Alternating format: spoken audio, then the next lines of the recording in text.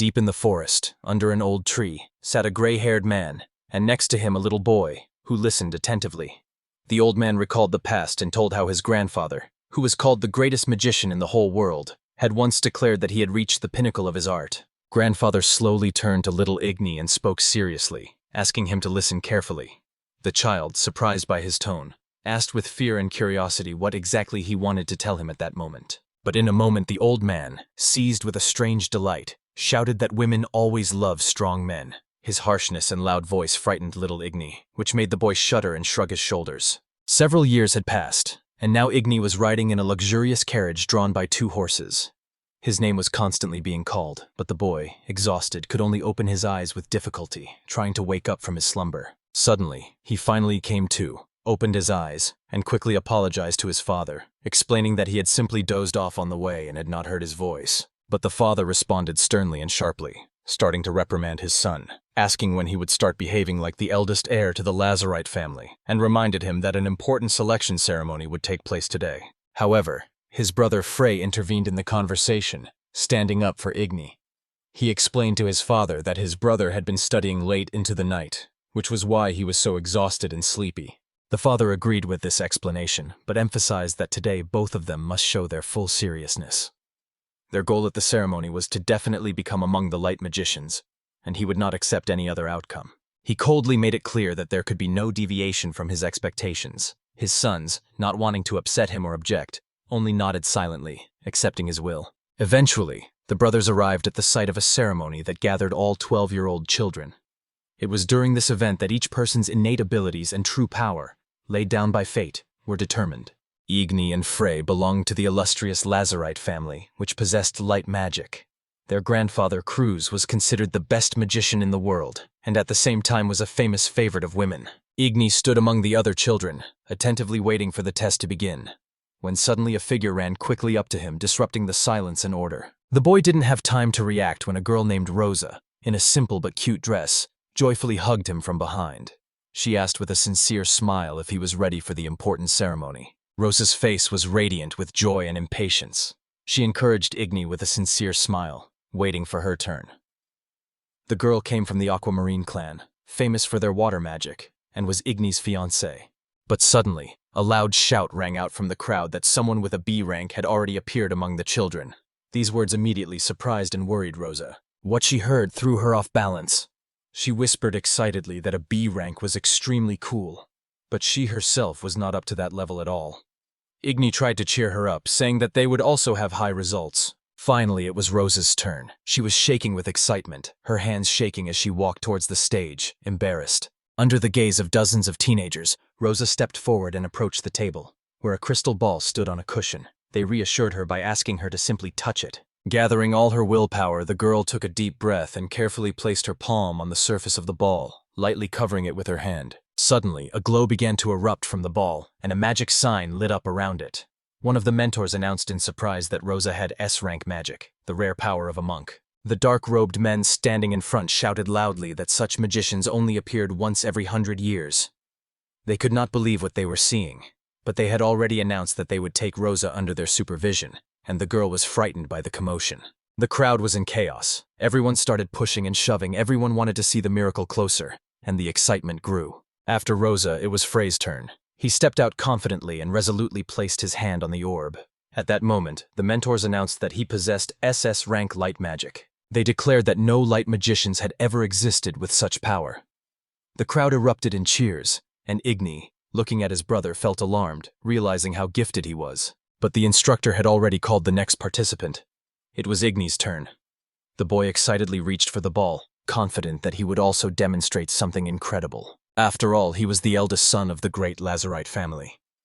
However, when his palm touched the ball, nothing happened. No glow, no magical symbol. Minutes passed, but nothing changed. Igny stood confused, continuing to hold his hand on the ball, not believing in his own powerlessness and waiting for at least some manifestation. In desperation, he began to touch the ball with both hands, trying to feel its power. But the mentor solemnly announced his name, Igny Lazaret, and prepared to announce the verdict. He stated that the boy only had F-rank fire magic. Igny was speechless at what he heard, cold sweat running down his face. He didn't want to leave the ball, refusing to accept reality. But the organizers forcibly took him away and called for the next one. 2 months passed. Igny, resigned to his fate, began to study the basics of fire magic. He practiced creating fireballs, but his attempts were miserable time after time, and his failures only increased. Filled with despair, Igny sat on his bed in his room, thinking that his life was completely ruined. He kept thinking about Rosa, her radiant smile and immense strength, and he tormented himself with the question of how she was doing without him. He understood very well that now he and Rosa belonged to completely different worlds. She was a gifted sorceress of the highest level, he was a worthless loser, and now they had nothing in common. At that moment, the silence was broken by a knock on the door. The servant announced that his father was waiting for him. Igny entered the office, where his father was already sitting at his desk. The expression on the head of the family's face immediately showed that he was far from in the best of moods. The father spoke sharply, reminding his son that their grandfather Cruz was not only the strongest light mage, but also had great success with women. Then he derogatorily called Igny talentless. His expression grew increasingly hostile. He said it was hard to imagine a greater disgrace to the family than such an heir. After these words, he offered his son 2 ruthless options. The first was to stay in the house, but live forever in the shadows. Or the second was to leave the estate, renouncing their glorious name. Igny listened silently, his lips trembling as if he were about to cry. His hands trembled as he clenched his fist. The boy wanted to address his father as a relative, but quickly corrected himself and called him the head of the Lazarite clan, emphasizing the distance between them. Igny couldn't hold it in any longer. Tears welled up in his eyes. Through force, he said that he had decided to leave this house, after which, without looking back, he left the head of the family's office. He slowly walked out of the mansion, his head lowered, his eyes never taking their gaze from the ground. But at the entrance, Brother Frey, whom he had not noticed, called out to him. Frey approached as if meeting an old acquaintance, and said that he had not seen him for a long time. Igny sadly replied with an apology, and added that from now on he was no longer of the Lazarite family. Hearing this, Frey smiled faintly, and a moment later he laughed out loud, as if he had received great pleasure from this news. Without a trace of sympathy in his voice, he declared that he had always known this would happen, for Igny was lazy and never put forth any effort, while he himself had studied tirelessly. Frey added that the gods saw everything, implying that his brother deserved his fate. Igny couldn't believe his ears. It seemed to him that his brother had always supported him, and now he stammered and asked if Frey really thought that way about him. In response, Frey looked at him coldly and asked if Igny himself felt the same way. With these words, he slowly approached, his footsteps sounding menacing. The smile on Frey's face disappeared. He raised his right hand and said that from now on, to Igny, he was not a brother, but Mr. Frey. With those words, he used magic, and Igny's body instantly fell to the ground. Igny writhed on the floor, trying to get up, but he felt like he couldn't move. He knew immediately that it was his brother's magic that was binding his body. Frey's face once again spread into a wicked smile. He mocked with feigned pity, saying that while Igny was idle, he himself had surpassed him in everything. Finally, he looked at his brother with open disgust and declared that he was now the only true heir to the Lazarite line. With that, he lifted the spell and ordered Igny to disappear. Igny barely got up, then rushed to run from the estate.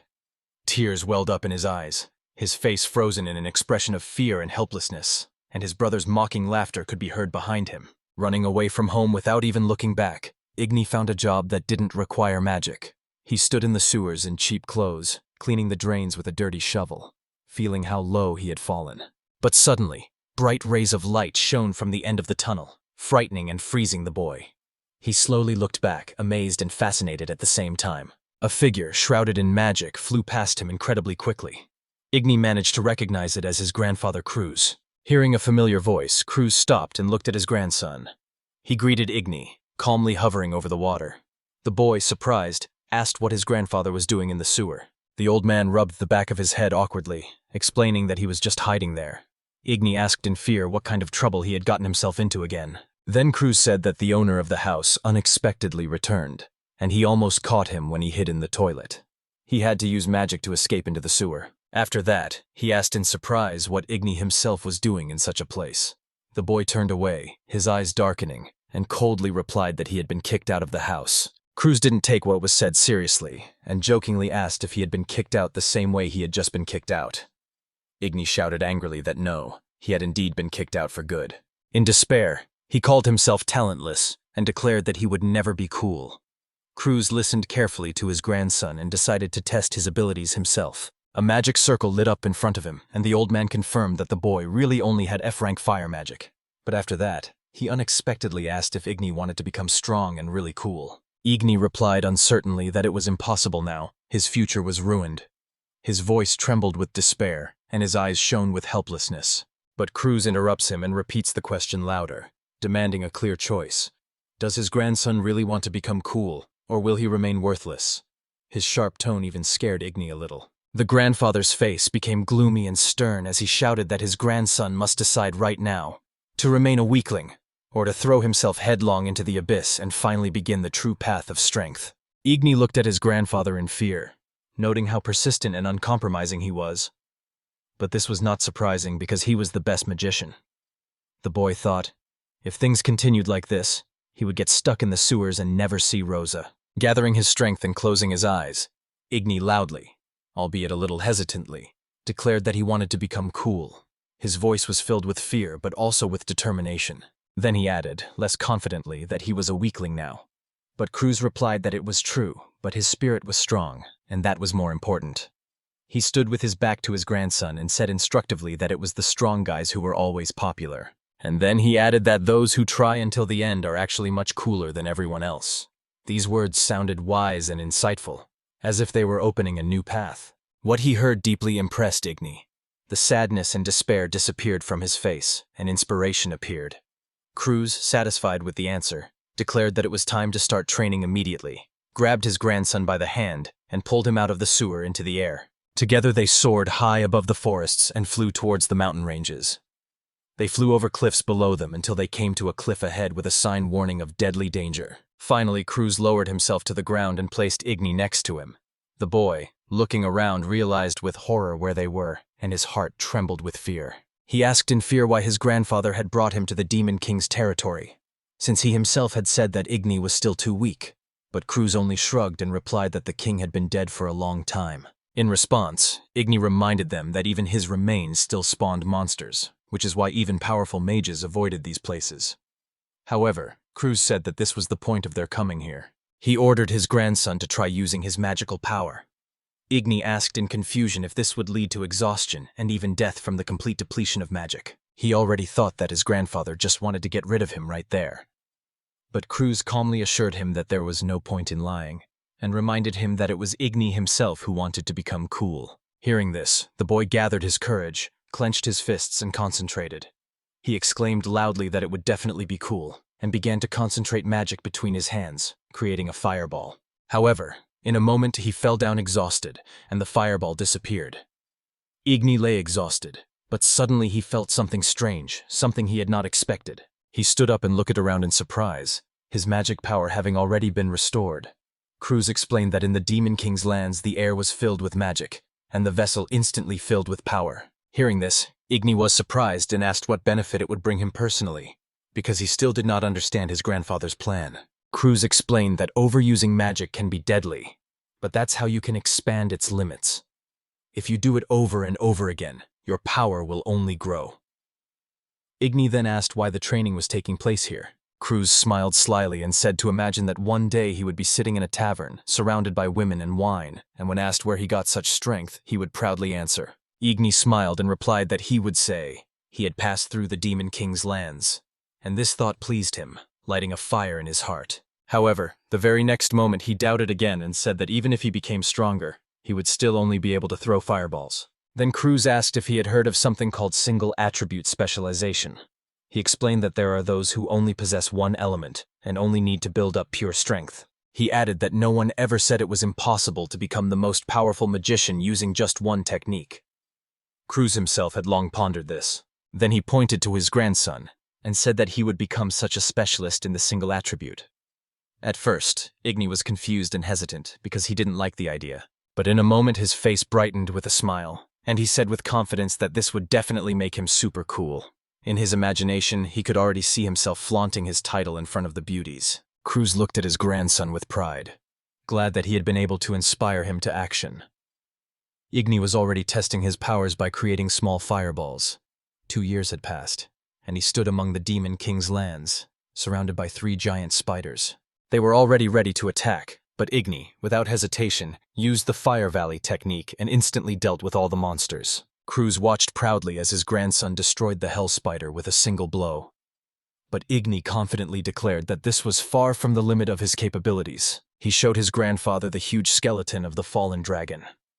Cruz was genuinely surprised to learn that his grandson had single-handedly defeated an SS-ranked skeleton dragon. Igny asked if that was enough for the test, and proudly added that since he was able to defeat such a monster single-handedly, he considered himself to have passed the test. Igny confidently declared that now he would definitely be able to become an adventurer, but Cruz suddenly replied that this would not happen. His words came so unexpectedly and sharply that the boy felt a real shock. Surprised, he asked why his grandfather had decided that way, since he had worked so hard for this goal. Then Cruz, with a bitter smile, explained that among the adventurers there were only men. He began to shake with rage, even tears came to his eyes. He remembered his own youth and shouted at his grandson not to repeat his mistakes.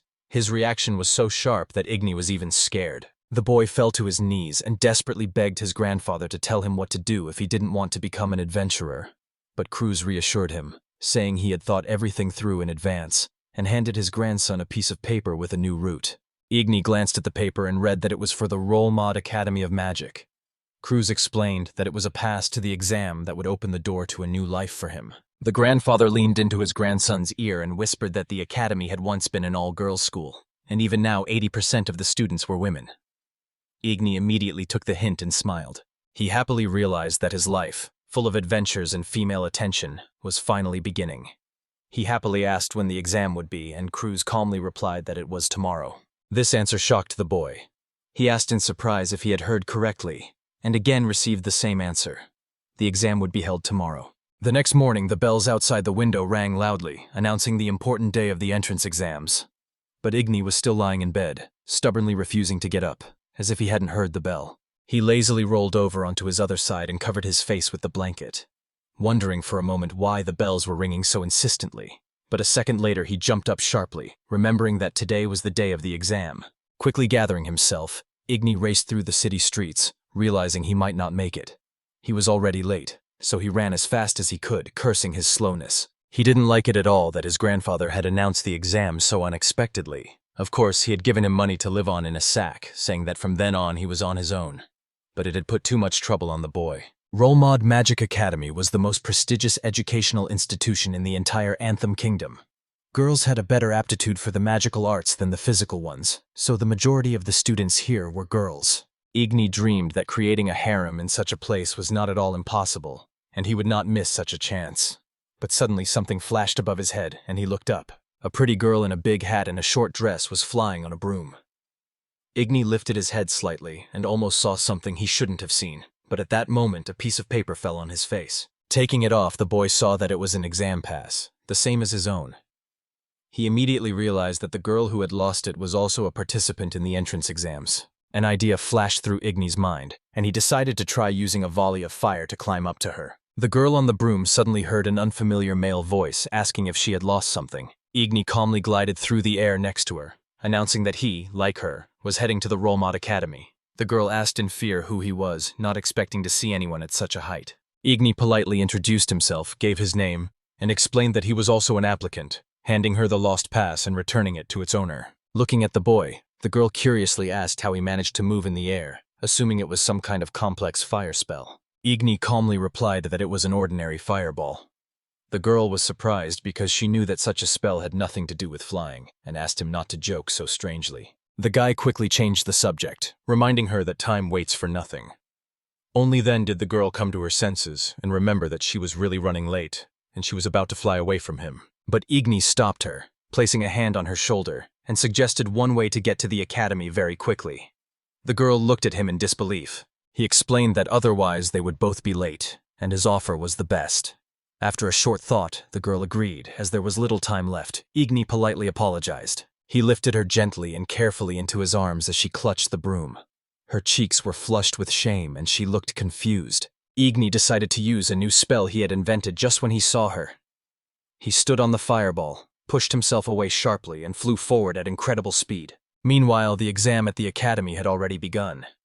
The organizers noticed that several participants had not yet shown up, But time was running out, and they were about to close the gate, not waiting for anyone else. But before they could do that, a small explosion erupted on the academy grounds. A boy and a girl emerged from it in the smoke. Igny breathed a sigh of relief, glad that they had made it. Igny stood proudly with the girl in his arms, and calmly explained that they were both applicants, so they were asking permission to enter. The girl in his arms was trembling, not yet understanding what was happening, and the man who met them even asked if she had been kidnapped. He took out a list of applicants and sternly asked the boy and girl to introduce themselves and show their passes. Igny confidently gave his name and showed the document, after which the mentor turned to the girl. She timidly took hold of the brim of her hat, tilted it slightly, covering her face, and quietly said her name, Alicia Esmeraldo, while holding out her pass. The man found both names on the list and informed them that they were the last to arrive. He ordered them to go ahead, as there was an area on the academy grounds where the exam would be held. On the way to the testing site, Igny noticed that something was wrong with the girl, and asked her worriedly what was wrong. She quietly admitted that she simply didn't like to attract attention. Igny was surprised, and then jokingly said that in that case they had made such a spectacular appearance for nothing, which embarrassed Alicia even more. She agreed with what he said, but added that it was thanks to this that she had time. Blushing, Alicia shyly thanked him for his help. Seeing her reaction, Igny suddenly realized something important. He looked at Alicia in surprise, who had turned away, and remembered his grandfather's words. Standing in front of him was the very girl he had spoken of. Igny struck a showy pose and casually said that since she was in trouble, it was only natural to help. Alicia looked at him in surprise and didn't understand why he was talking so strangely. Together they arrived at a large square where other participants had already gathered. The organizer stepped forward and loudly announced that he would now explain the entrance exam tasks. Igny and Alicia stood behind everyone. She sighed happily with relief, clutching her broomstick in her hands, because they had finally made it. The boy just grimaced, looking around the crowd with disgust. He had only one thought in his head. More than half of the people present were boys. He was indignant that everything was not at all as his grandfather had said, and he began to get angry, believing that he had been deceived. Alicia noticed his strange behavior and asked him worriedly what had happened. Igny quickly regained his composure, apologized, and said he was just thinking. Suddenly, he noticed that several applicants had stood in the fenced-off areas and started using magic. He asked in surprise what they were doing, but Alicia only sighed, realizing that he had missed the explanation. There were huge wooden targets against one of the walls. Alicia explained that the first challenge was a test of magical power, where you had to hit the target with a spell. She added that they would evaluate technique, reaction speed, and efficiency. Igny then asked if it was possible to shatter a target into pieces if you attacked at full force. The girl explained that the targets were made of a special material capable of dissipating magical energy, so it was impossible to break them, even if you applied all your strength. Suddenly, the examiner called out candidate number 120. It turned out to be Igny, and Alicia quietly wished him luck. The boy walked through the fence and stood in front of the targets. The mentor looked at the list and, seeing F-rank fire magic there, decided that he was just relying on luck. Igny concentrated, remembering his grandfather's words. He said that the secret to coolness is that those who know how to show themselves look the most impressive. The guy decided to make an unforgettable impression at all costs. He looked at the target, which they said would never break, and immediately understood what he had to do. Igny decided to break it. A small fireball ignited in his palm, which instantly grew larger, and he launched it with all his strength at the target. An explosion of enormous power was heard. When the smoke cleared, Alicia couldn't believe her eyes as she looked at the spot where the target stood. All the applicants were looking in the same direction, their mouths open in surprise. Where the target should have been, there was only a pile of dust and a huge hole in the wall from the fiery impact. While everyone was frozen in shock, Igny struck a pose, smiling smugly. He ostentatiously flaunted himself in front of the girls, enjoying their admiring glances. The boy happily thought that if he continued to stand out like this, he would definitely become popular. But suddenly, one of the examiners grabbed his shoulder. He pointed to the side with a trembling finger and said that Igny would next be tested in the form of a simulated battle. The boy stared in surprise, not expecting such a turn of events. He was led into a huge arena with many arches above, but it itself was empty. There was not a single person around, only himself. Igny fell into despair, clutching his head, because he realized that in this form he would not be able to impress anyone, and this meant a real disaster for him. In despair, Igny asked himself why everything was happening this way. At that moment, a voice came from behind him, asking if he was the one who had destroyed the targets, calling him a problem child. Igny turned around and saw a short, pretty girl with pointed ears and a friendly face. She introduced herself as Mira and added that she was a discoverer, a rare and unique type known throughout the world. Mira explained that she would be conducting the next stage of the tests and happily introduced herself. Igny blushed, embarrassed, and suddenly remembered his grandfather's words about the best being little girls. She asked him his name, and he, looking her up and down, finally understood what his grandfather meant when he spoke about it with special confidence. But at the same time, he thought it would be better if she had bigger breasts, even though his grandfather called such thoughts heresy. However, Igny was pulled out of his thoughts by Mira's voice, who announced that it was time to begin the next stage. Igny asked what the test would be, and suddenly heard her voice right behind him. Mira announced that the next stage would be a fight with her. The boy instantly turned around and took a few steps back. The teacher enthusiastically praised his reaction, admitting that it was lightning fast. Then she added that a child who could smash a target couldn't be ordinary. And since it was impossible to test him using standard methods, a training fight with a mentor was specially organized for him. Mira explained the rules. The winner would be the one who touched their opponent first. Igny just shrugged and said that the task seemed pretty simple. She laughed and pointed out that he shouldn't have said such words, because in a moment a scary smile appeared on her face, which didn't look at all like a friendly one. Suddenly, Mira disappeared from sight. But Igny guessed that she would appear behind him to touch him first. He managed to dodge in time, and the mentor flashed close behind him, almost touching him. Realizing the danger, he decided to use fire volley. After a small explosion nearby, a shockwave arose, throwing Igny's body aside and instantly increasing the distance between him and the teacher. Mira, watching the maneuver, was sincerely pleased with the dexterity of her future student and decided to test him in an even more difficult way. She summoned magical balls, after which a multitude of black debris appeared around Igny, rushing at him. The boy managed to create 3 fireballs and destroy all the projectiles with an explosion. The explosion raised thick smoke and dust, making the arena almost impenetrable. Mira was about to praise him, but was suddenly stopped by his words of gratitude. She raised her head in surprise and saw Igny in front of her, his left hand touching her head. He calmly announced that he had won. With a light movement, he ran his hand through her hair, at the same time voicing his guess that her magic was spatial, similar to teleportation. Mira confirmed that he was right, but was amazed that he had guessed at all.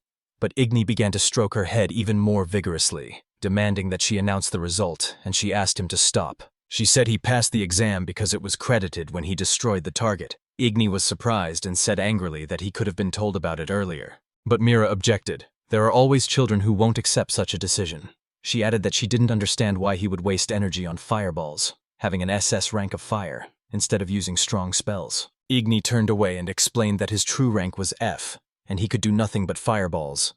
Mira didn't believe him, thinking he was joking, but he firmly declared that he was telling the truth, and even proudly called himself a one-sided student. Mira looked at him in confusion, and he was glad that he had passed the test easily. Having successfully passed the exam, Igny finally became a student at the Role Mod Magic Academy and, like all new students, settled into the dormitory. He opened the door to his room in the men's wing. He looked around and saw a small, cozy room with 2 beds and a shared closet. Realizing that he would have to share the apartment with someone, he just sighed, because he didn't want to be friends with the guys at all and hoped that his neighbor would be quiet. Igny looked around and noticed that half the room was littered with countless suitcases and boxes belonging to his future neighbor. His heart sank with an uneasy feeling. However, remembering that the dormitory was free, he decided that poor people like him had no right to complain. But suddenly he remembered that the entrance ceremony was about to begin, and he hurriedly ran out of the room. He opened the door abruptly, accidentally hitting a person who was passing by. Igny apologized, asking if he was okay after such a blow. But when he looked closer, he realized that it was not a boy but a girl in front of him, a fragile beauty with short blonde hair. She blushed in confusion and hurried to assure him that everything was fine. Then Igny introduced himself in a friendly manner and asked her name, already feeling that fate had given him a new acquaintance. The girl introduced herself to Yuri with a smile and said that she had also just joined and was glad to meet him. But for some reason, she referred to herself in the masculine gender, which immediately surprised Igny. At first he was shocked, but quickly decided it was actually cute. He remembered asking his grandfather as a child if it was strange when girls talked like boys. Then the grandfather replied that most women used the feminine gender, but there was nothing wrong with someone using the masculine. Moreover, he said that such a contradiction in behavior added to attractiveness, and these words made Igny happy. Suddenly, Yuri grabbed his hands and gently suggested that they go to the entrance ceremony together. Igny froze, blushing as the woman's fingers gently touched his palm. Without letting go of his new acquaintance's hand, Yuri dragged him to the ceremony, and Igny thought only about how warm and soft the girl's hands were, not paying attention to anything else. Even after the ceremony, when Yuri had already let go of his hand, he still joyfully remembered her tenderness and warmth, feeling a slight tremor in his own fingers. Igny was genuinely happy to have entered a magic school, while Yuri went to the bulletin board to see what class they had been assigned to. She called out happily to Igny and said that they were in the same class. However, when he looked at the list, he saw that she was standing in front of Class D's timetable, and he didn't like it at all. He stared in shock at the list, where his name was listed fourth from the top. He was sure that he would be among the strongest, and he turned pale, which immediately worried Yuri. She asked in horror if he had reacted this way out of disgust at being in the same class as her. Igny quickly assured her that this was not the case at all and that he had no objection to her company. Later he met Alicia, who was flying on a broomstick and landed next to him.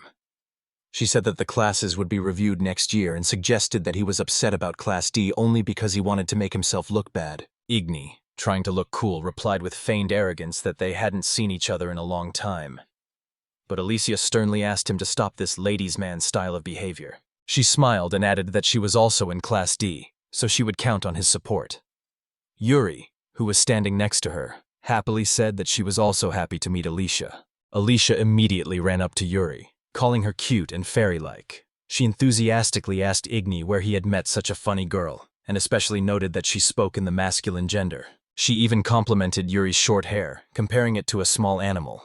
Embarrassed, Yuri asked her to stop, reminding her that otherwise they would be late for the ceremony. The three of them went to the large auditorium where the commencement ceremony was taking place. One of the teachers gave a speech, urging them to be proud of their status as students of Rollmont Academy. Mira stood nearby, yawning boredly, while another teacher said that, although the training would only last 3 years, they had high hopes for their students' success. After the ceremony was over, Yuri stood up, stretched, and complained that the principal's speech was too long.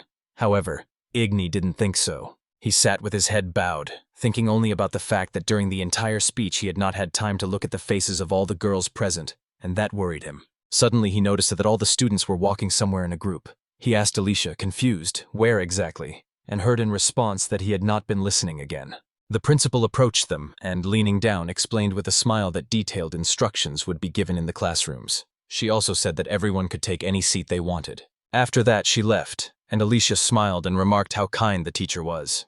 But Igny only noticed her slender figure in her glasses. He remembered how, as a child, he had told his grandfather that glasses were evil and that pretty girls didn't need them at all. Then the grandfather suddenly hit him in the face with all his strength.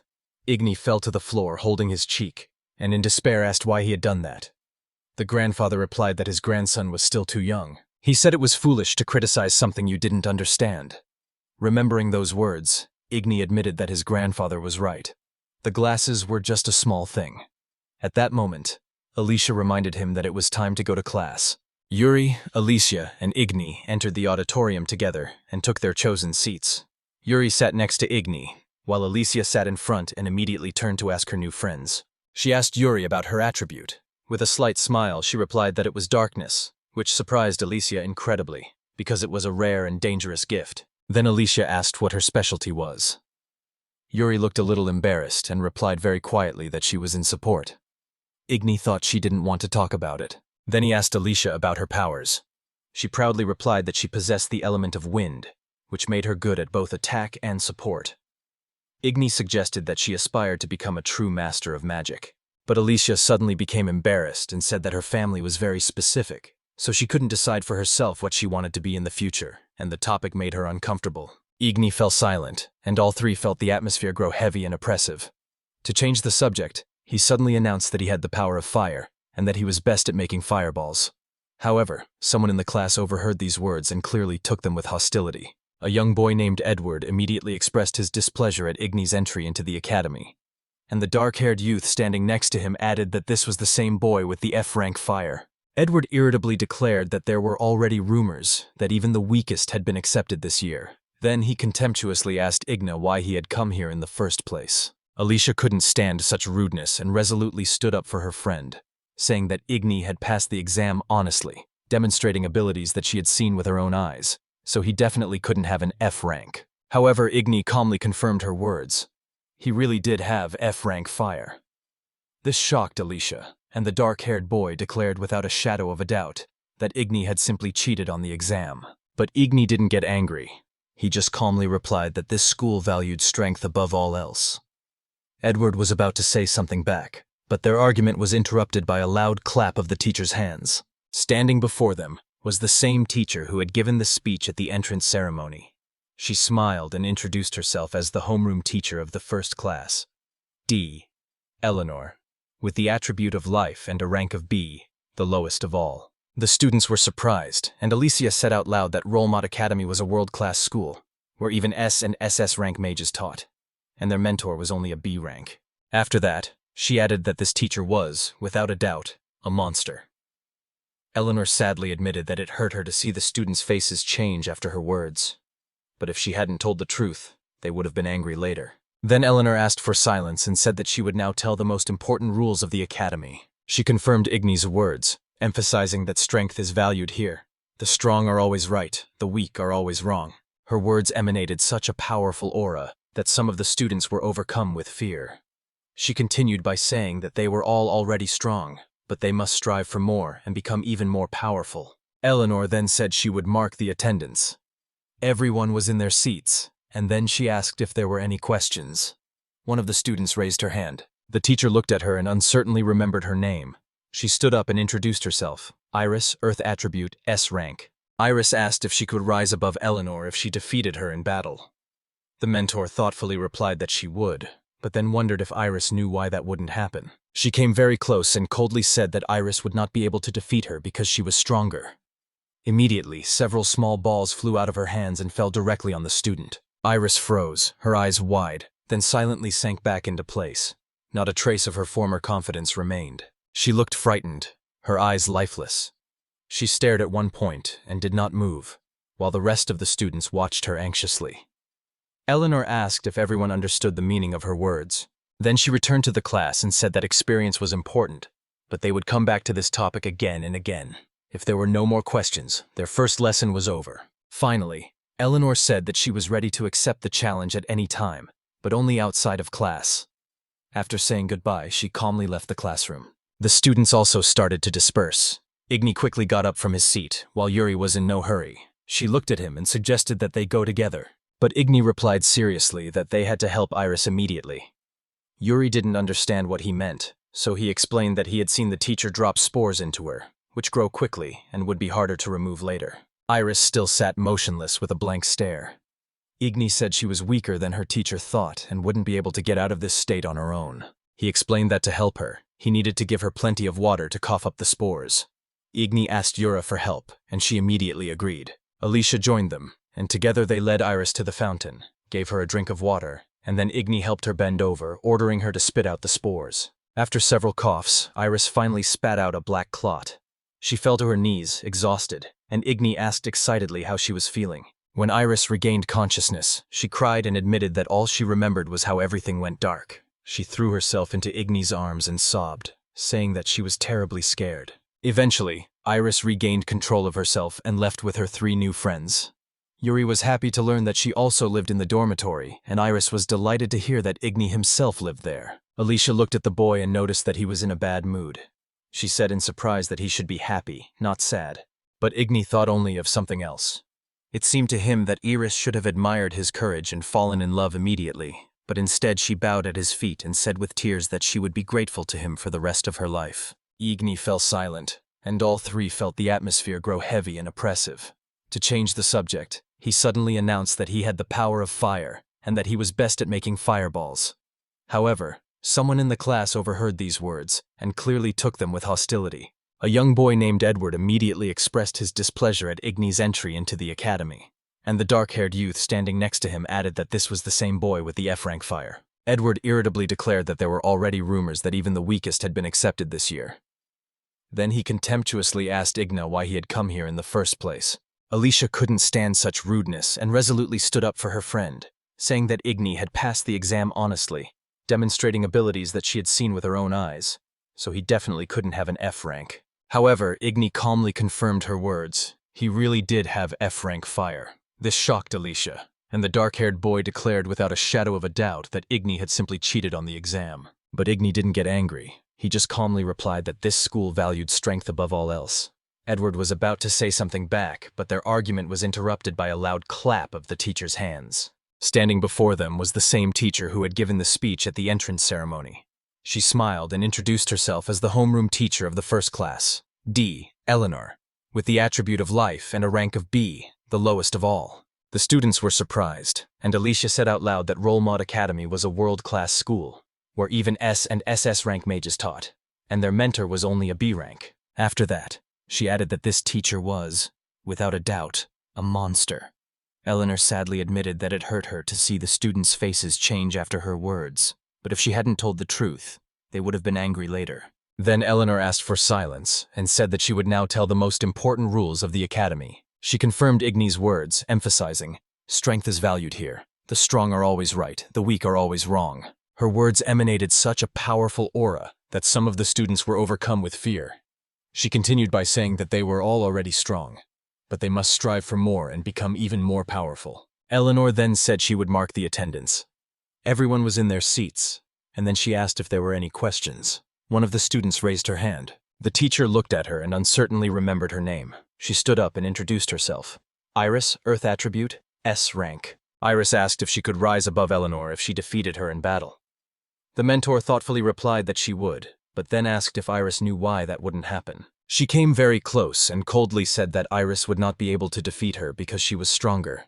Immediately, several small balls flew out of her hands and fell directly on the student. Iris froze, her eyes wide, then silently sank back into place. Not a trace of her former confidence remained. She looked frightened, her eyes lifeless. She stared at one point and did not move, while the rest of the students watched her anxiously. Eleanor asked if everyone understood the meaning of her words. Then she returned to the class and said that experience was important, but they would come back to this topic again and again. If there were no more questions, their first lesson was over. Finally, Eleanor said that she was ready to accept the challenge at any time, but only outside of class. After saying goodbye, she calmly left the classroom. The students also started to disperse. Igny quickly got up from his seat while Yuri was in no hurry. She looked at him and suggested that they go together, but Igny replied seriously that they had to help Iris immediately. Yuri didn't understand what he meant, so he explained that he had seen the teacher drop spores into her, which grow quickly and would be harder to remove later. Iris still sat motionless with a blank stare.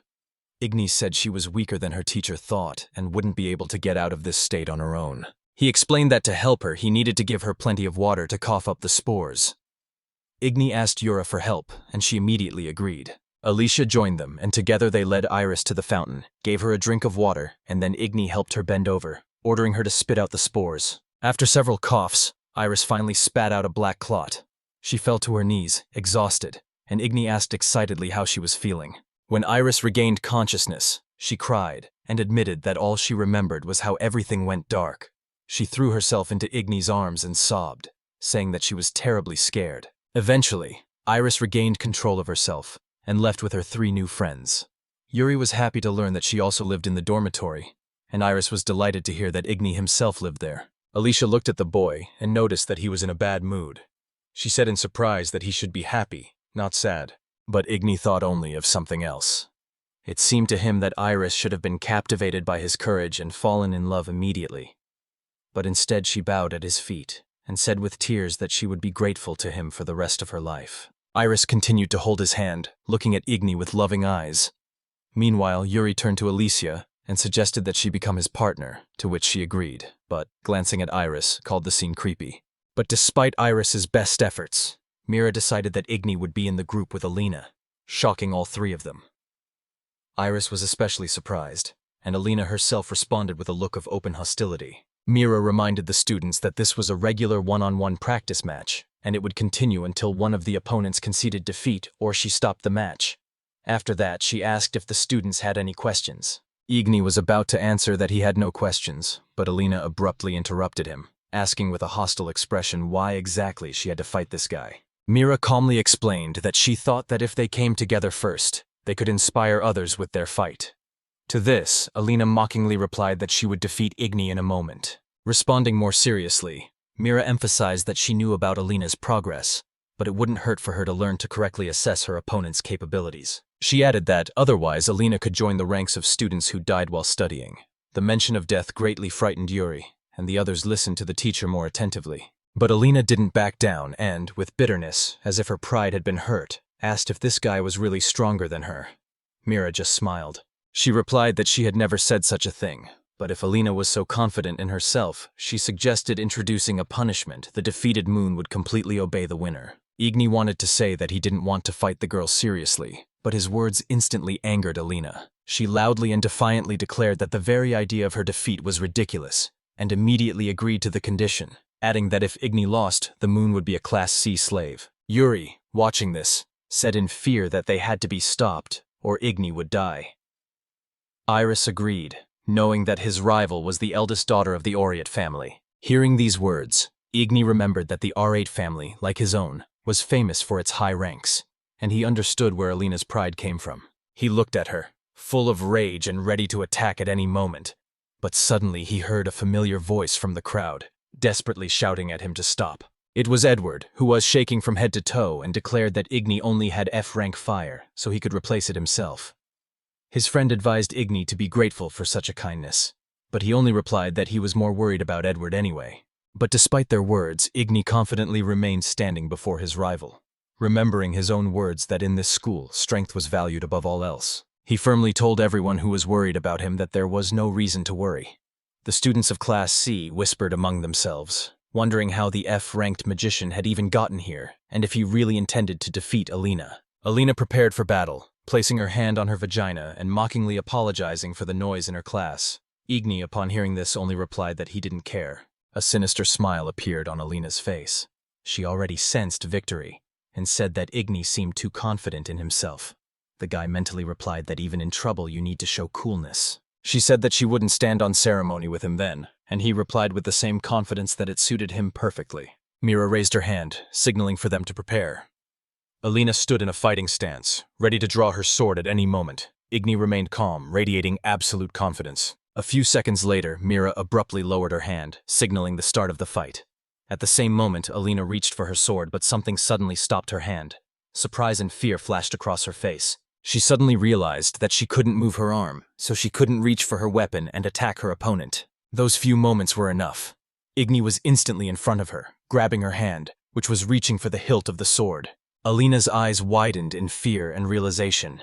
She was still unable to move, and several fireballs were already shining around her, forming a dense ring around her. Igny, not letting go of her hand, said with a confident smile that when fighting a swordsman mage, the main thing is not to let him grab his sword.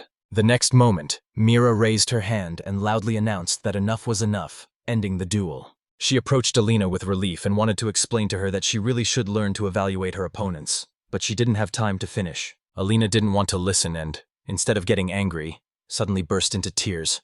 She ran away in tears, calling the teacher's words nonsense. At first, Igny was only surprised by such a reaction, but then he remembered his grandfather's words. If a girl runs away from you in tears, your duty is to definitely catch up with her. Recovering from the battle, Igny immediately decided to catch up with Alina, who had fled in tears, and warned Mira that she must follow her as quickly as possible, without hesitation for a moment. After some searching, he finally found Alina.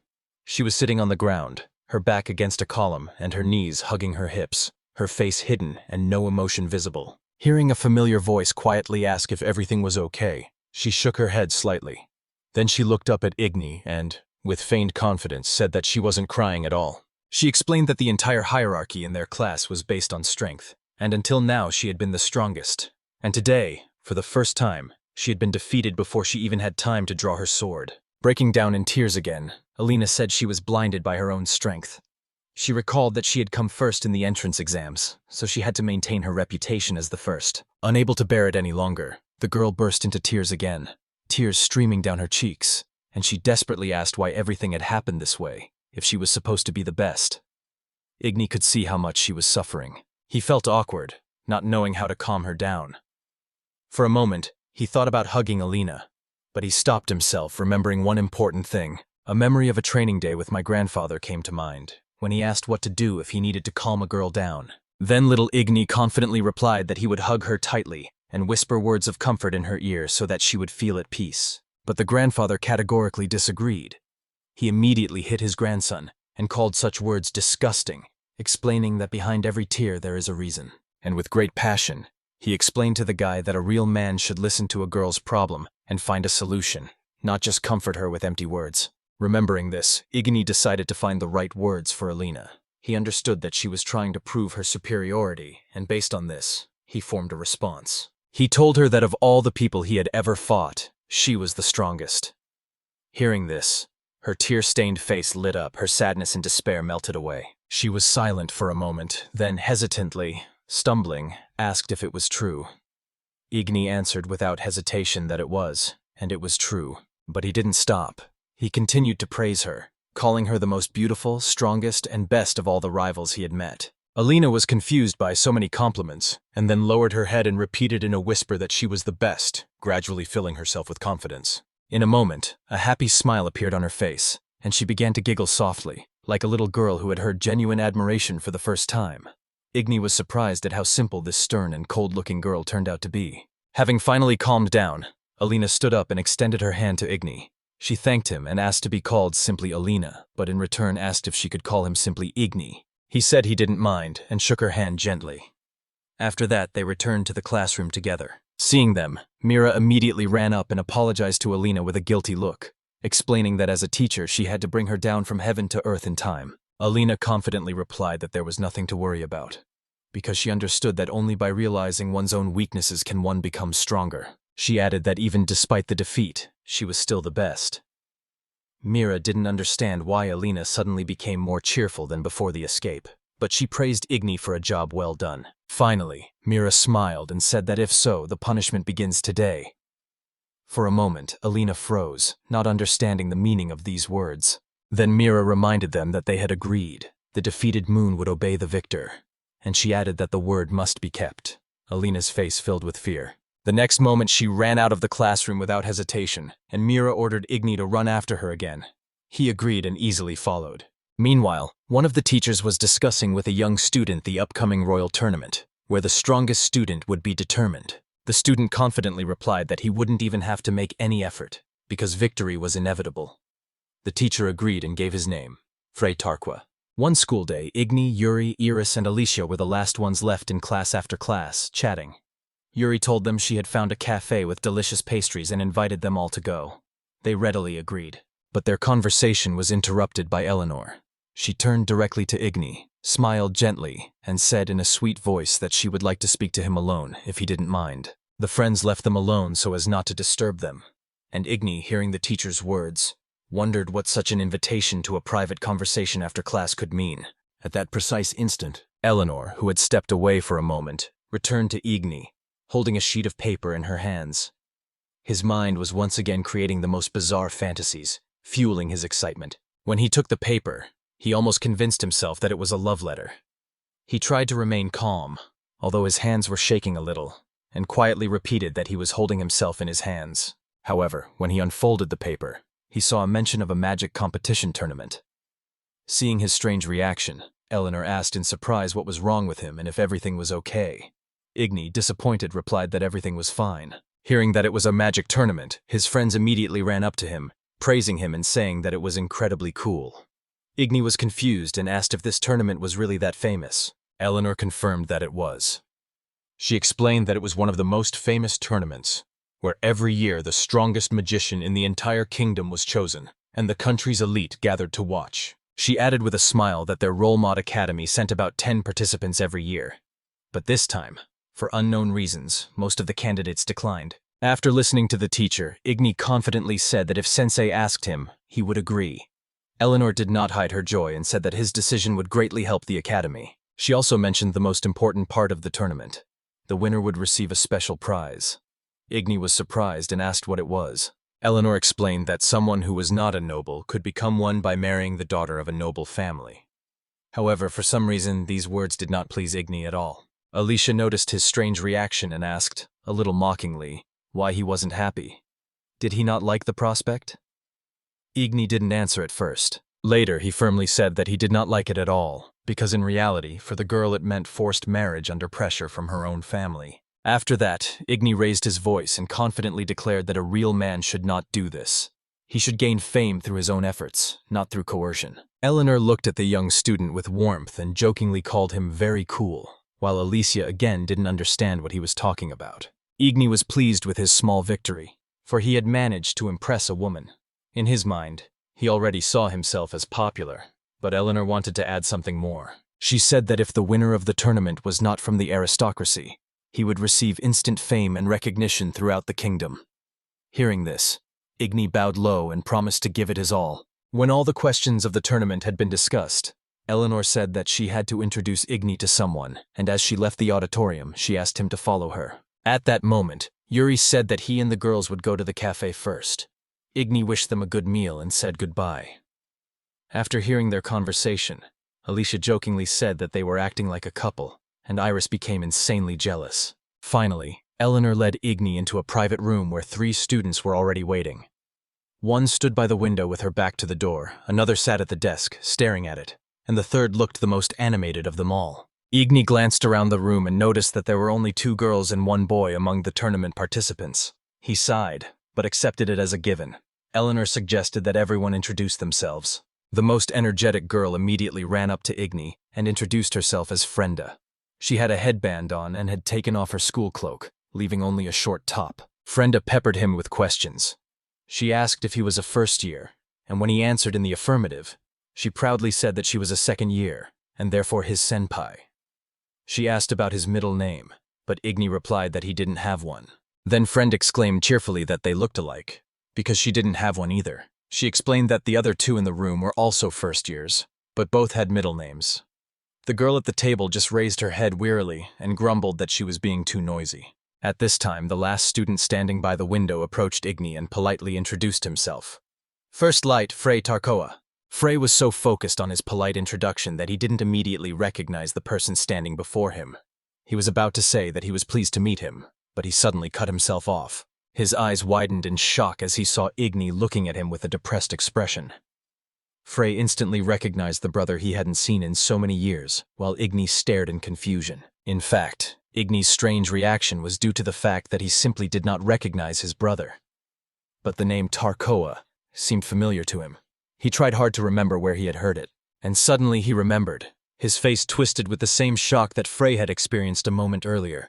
Igny realized that he was standing before his own brother, and Frey clearly didn't like the thought. Frey pointed his finger sharply at his brother, as if accusing him, and shouted that all he was capable of was fireballs, so he definitely didn't pass the selection honestly. Igny calmly replied that he had passed the exam thanks to his own abilities. In response, Frey exclaimed that this was a blatant lie. But then Eleanor intervened and confirmed that Igny had indeed passed the entrance exams honestly. Eleanor moved closer to Igny, showing that she was on his side, and solemnly declared that he was the famous student who had managed to hit the target for the first time in 25 years. Frey couldn't believe his ears. The girl at the table remained indifferent, but a sudden sadness appeared on Frenda's face, her eyes filled with tears. Frey still refused to admit the truth, claiming that his brother was incapable of such a thing. Igny irritably dismissed it, saying that he had been told the truth many times before. But suddenly Frenda addressed him in a plaintive tone. She suddenly burst into loud sobs, leaving Igny completely stunned and helpless. He hurriedly began to assure her that he hadn't lied, begging her not to cry. But Friend, pointing her finger at him, accused her of thinking he was a comrade without a middle name, while he hid the fact that he was the same student who had destroyed the target. Igny realized how awkward his situation was, and realized that things looked very bad. It seemed to him that the room itself had become a real battlefield. He tried to find a way out, remembering his grandfather's words about similar situations. And suddenly he remembered a childhood memory of what would happen if he became popular. Then he realized that he couldn't avoid the battlefield, as there would be so many girls vying for his attention. Little Igny then said that it would be cool, and that's why he should strive to become popular. But the grandfather objected, stating that the battlefield was not such a joy, and ordered his grandson to take a closer look, taking off his cloak. When the grandfather opened his back, he could see deep scars on it, like scratches from a wild beast. Igny decided that they were scars from a battle with an ancient dragon. But the grandfather explained that this was not the case at all. These terrible wounds were left by a woman in the heat of the battlefield, and the grandson was amazed that they were not caused by a grand battle, but by feelings. Putting his cloak back on, The grandfather solemnly said that love drives people crazy, and ordered Igny to do everything possible to prevent something like that from happening in his life. Although Igny was already scared enough, he timidly asked what he would do if he did end up on the battlefield. The grandfather was silent for a while, his back to him, and then he gave only one piece of advice: to run away. Remembering this, Igny realized with horror that the current situation had no simple solution either. While he was hesitating, Frenda suddenly ran out of the room, sobbing and exclaiming that she had no real friends here. Igny remembered a similar scene with Alina and decided that he should run after her. But suddenly he was grabbed by the shoulder, preventing him from leaving. It was the girl who had been sitting silently at the table all this time. She spoke for the first time, calling herself Amy, and saying that she was a freshman. Igny tried to explain that he had to catch up with Friend. However, she flatly refused and insisted that she wanted to talk to him. Her grip was so tight that Igny felt how strong she was. Meanwhile, Frey turned to his brother again, his voice changing. He said he didn't know how Igny had managed it, but now he had changed his mind. His face returned to a confident smile. He declared that the tournament would draw a large crowd, and that was where he would crush Igny in front of everyone, so he should get ready. With that said, Frey walked out haughtily, slamming the door so hard that the room fell silent. After everything that had happened, Igny stood there silently, tired and irritated.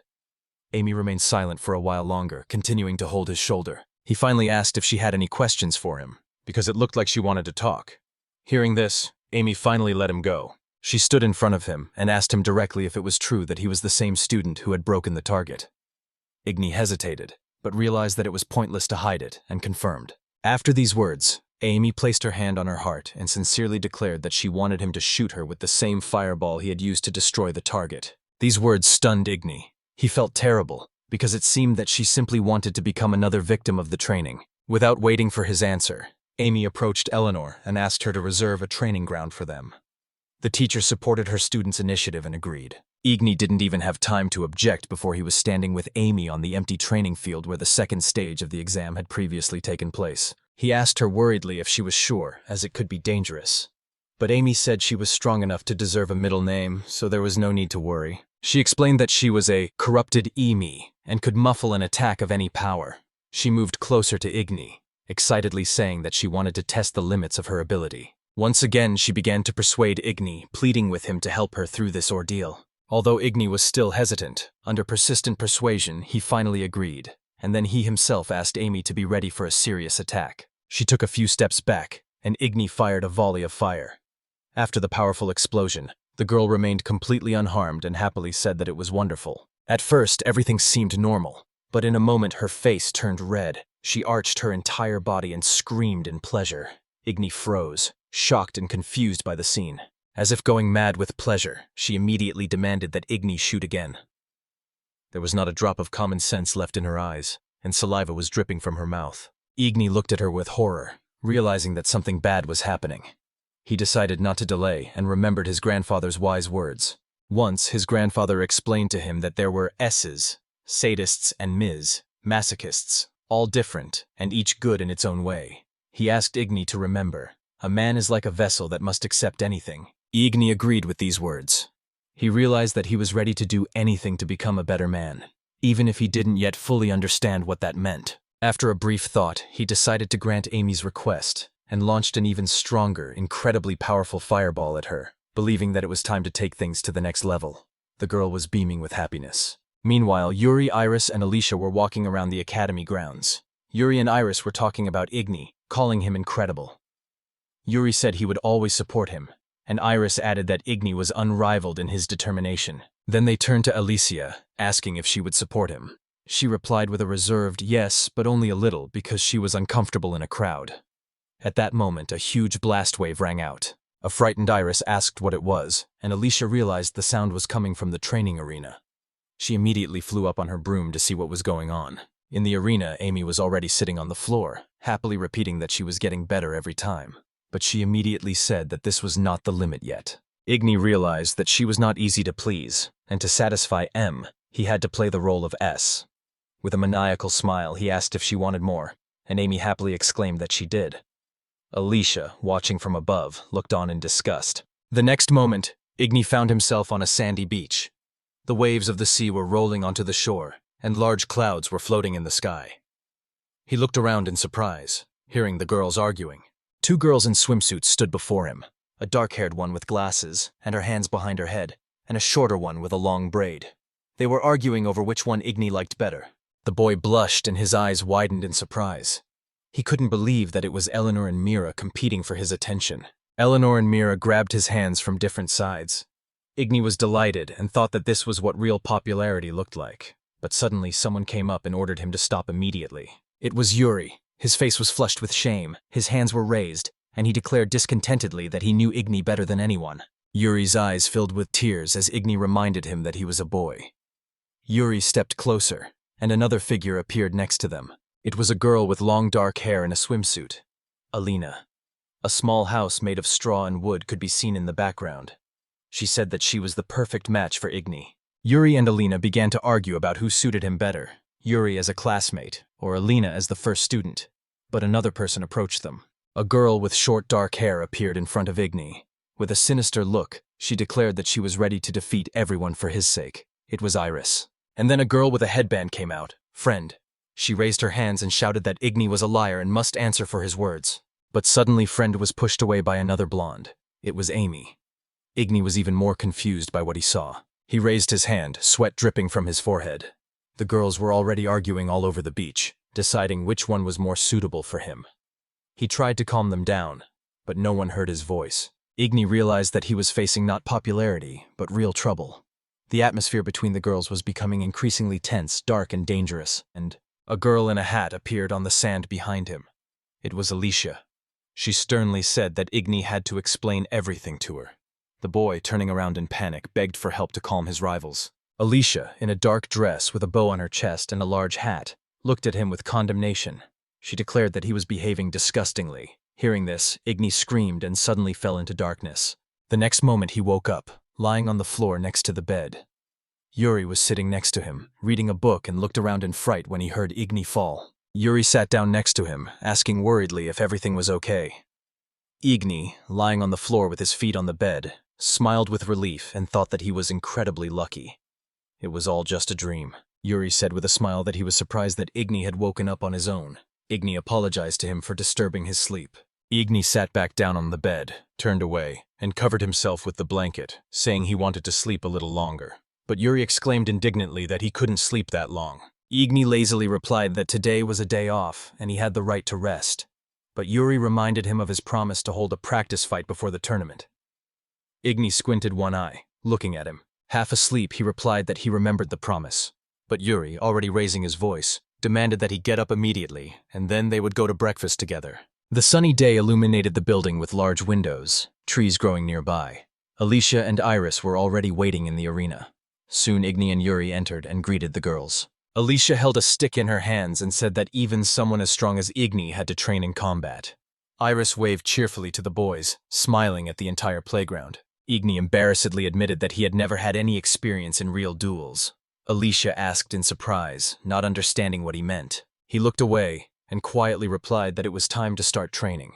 In his mind, he remembered that his only opponent so far had been his grandfather, and now he needed to understand the level of the girls. Igny approached Alicia and Iris, but Yuri stopped him, stating that he would be the first to become his opponent. The girls looked at each other in surprise. Yuri raised his hands and said with a smile that he also needed practice in combat, as he lacked experience. He stood in front of Igny in the middle of the arena, while Alicia and Iris stood to the side, watching intently. They were discussing with interest what the fight would look like, since Yuri had the attribute of darkness. Yuri held his hands out in front of him and announced that he was ready. A dark aura appeared around him, and Iris even sweated from the tension as she watched. Igny watched him warily. Yuri rushed forward, waving his arms, but Igny calmly placed a hand on his head and stopped the attack. The girls watched in surprise. Yuri dropped to the ground and sadly admitted defeat. Igny looked at him in surprise, as he had done almost nothing. He then advised Yuri to avoid close combat, which came as a surprise to him. With tears in his eyes, Yuri said that next time he would help Igny with the training, if he didn't mind. Alicia placed her stick beside her and firmly declared that it was her turn to fight. Yuri agreed and offered to act as referee. He raised his hand, signaling to begin. After his words, Alicia took off on her broomstick into the air above the arena. Igny stepped back, raising his leg and preparing for battle. Yuri and Iris stood to the side and watched. and Yuri noted with surprise that Alicia and Igny were moving extremely fast. Igny extended his hand forward, summoning fireballs and sending them upward toward Alicia. She raised her hand, deflecting his attack, and the fireballs flew past. After parrying the blow, Alicia was confused. She didn't understand where Igny had disappeared to. She began to circle on her broom, looking around for her opponent. Igny suddenly appeared right behind her. Hearing the rustling, Alicia shuddered and felt fear. He rose into the air and fired another fireball straight at her, causing Alicia to fall off her broom. She barely managed to grab a broomstick that was hanging nearby and threw it at Igny, telling him that his attacks were useless against her. But at that moment, another of his projectiles exploded, sending a column of smoke rising from the ground. When the smoke cleared, Alicia was already on the ground, broom in hand. She thought that visibility was now almost zero, but suddenly, a hand reached out from the smoke and reached for her from behind. Alicia felt threatened and was scared. It was Igny, leaping at her, sending Alicia's broom and hat flying to the side. The explosion sent smoke billowing out, and their silhouettes could be seen through the clouds. Igny perched on top, announcing his victory. He loomed over Alicia, and she acknowledged that he was a skilled fighter even without any previous experience in dueling. Igny, surprised, asked why she thought so. He held her head in his hand. Alicia closed her eyes and turned away, saying that the way he moved showed how flexible he was and how well he could dodge wounds. She turned her head the other way and added that Igny was more interested not in the duel itself, but in the practice of strength and determination. Alicia opened her eyes and asked how much longer he was going to stand over her. Igny stepped back, raised his hand, and apologized for the situation that had arisen. Igny stood in the arena, closed his eyes, and thought about how soft girls were, and how they should be touched as naturally as possible. Suddenly, he heard his name spoken nearby. It was Iris. She placed her hand on her chest and said with radiant enthusiasm that she wanted to have a practice fight with him next. Igny glanced nervously at Iris and let her attack as she saw fit. The girl spread her arms and legs wide, showing her readiness to engage in combat. The next moment, Iris cast a spell, but instead of attacking, she suddenly threw herself into Igny's arms, shyly happy. His mouth dropped open in shock. He froze motionless, and a drawn heart appeared around them. Hearts shone in Iris's eyes. She hugged him tightly and said that she had been preparing for this moment for a long time, so now she and Igny were together forever. She didn't let go of him, while Igny mentally noted that her technique was pulling him closer. And even the slightest resistance made the embrace even stronger. A swirling vortex appeared in Alicia's hands, and she glared at the pair in annoyance.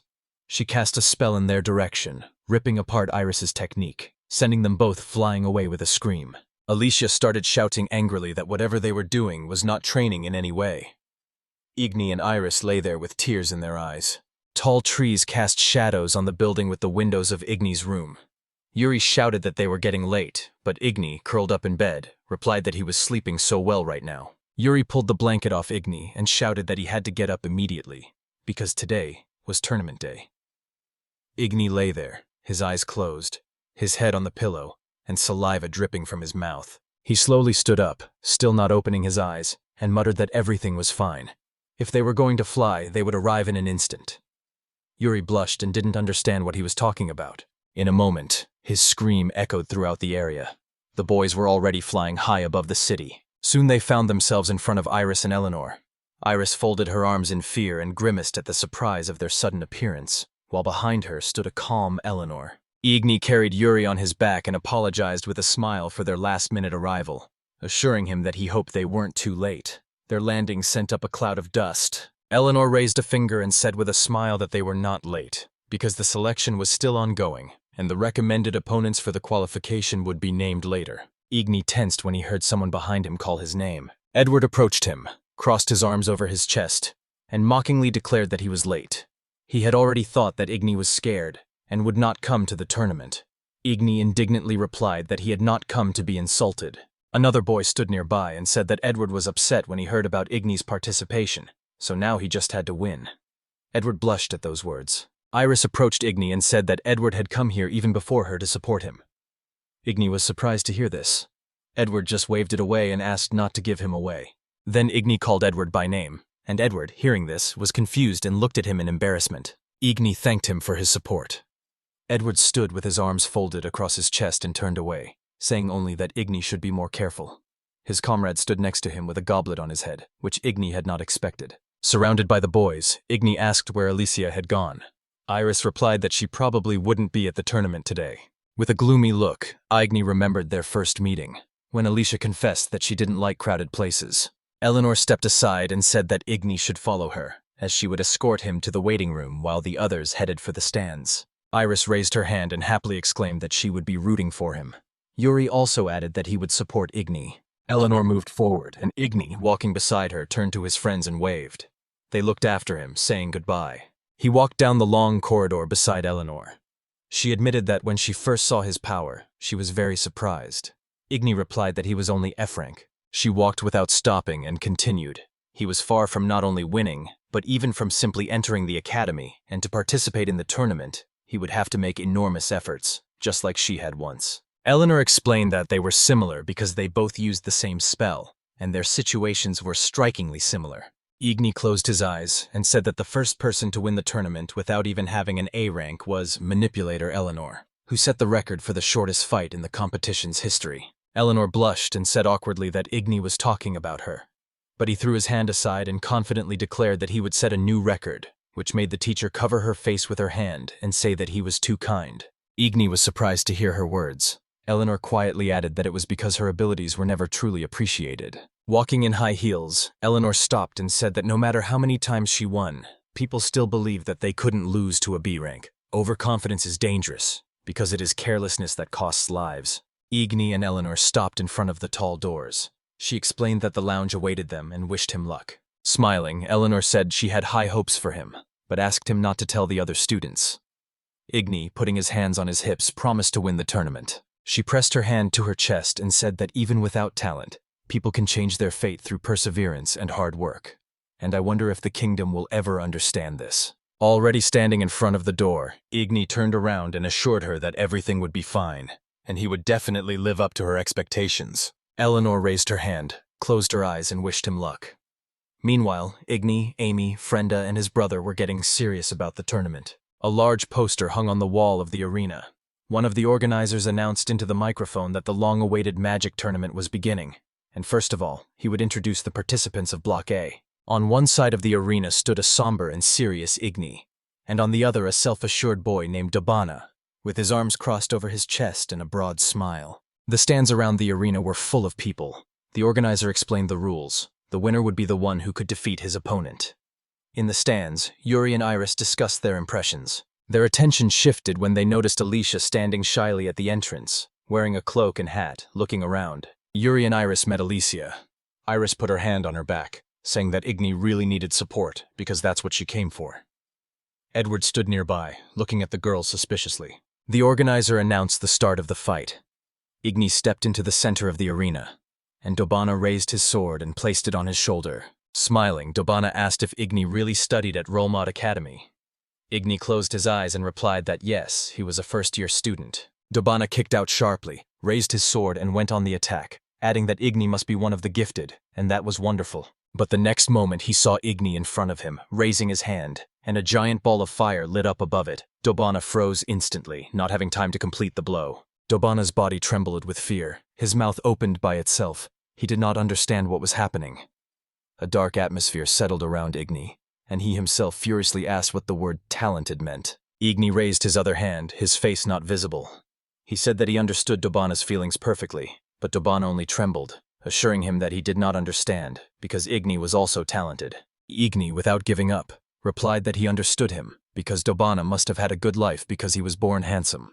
Dobana did not understand what this meant, and tried to cover himself with his hand.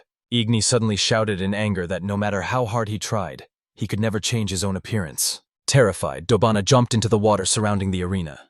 Igny continued to stand with his hands raised, shouting even louder. A column of water rose from the jump.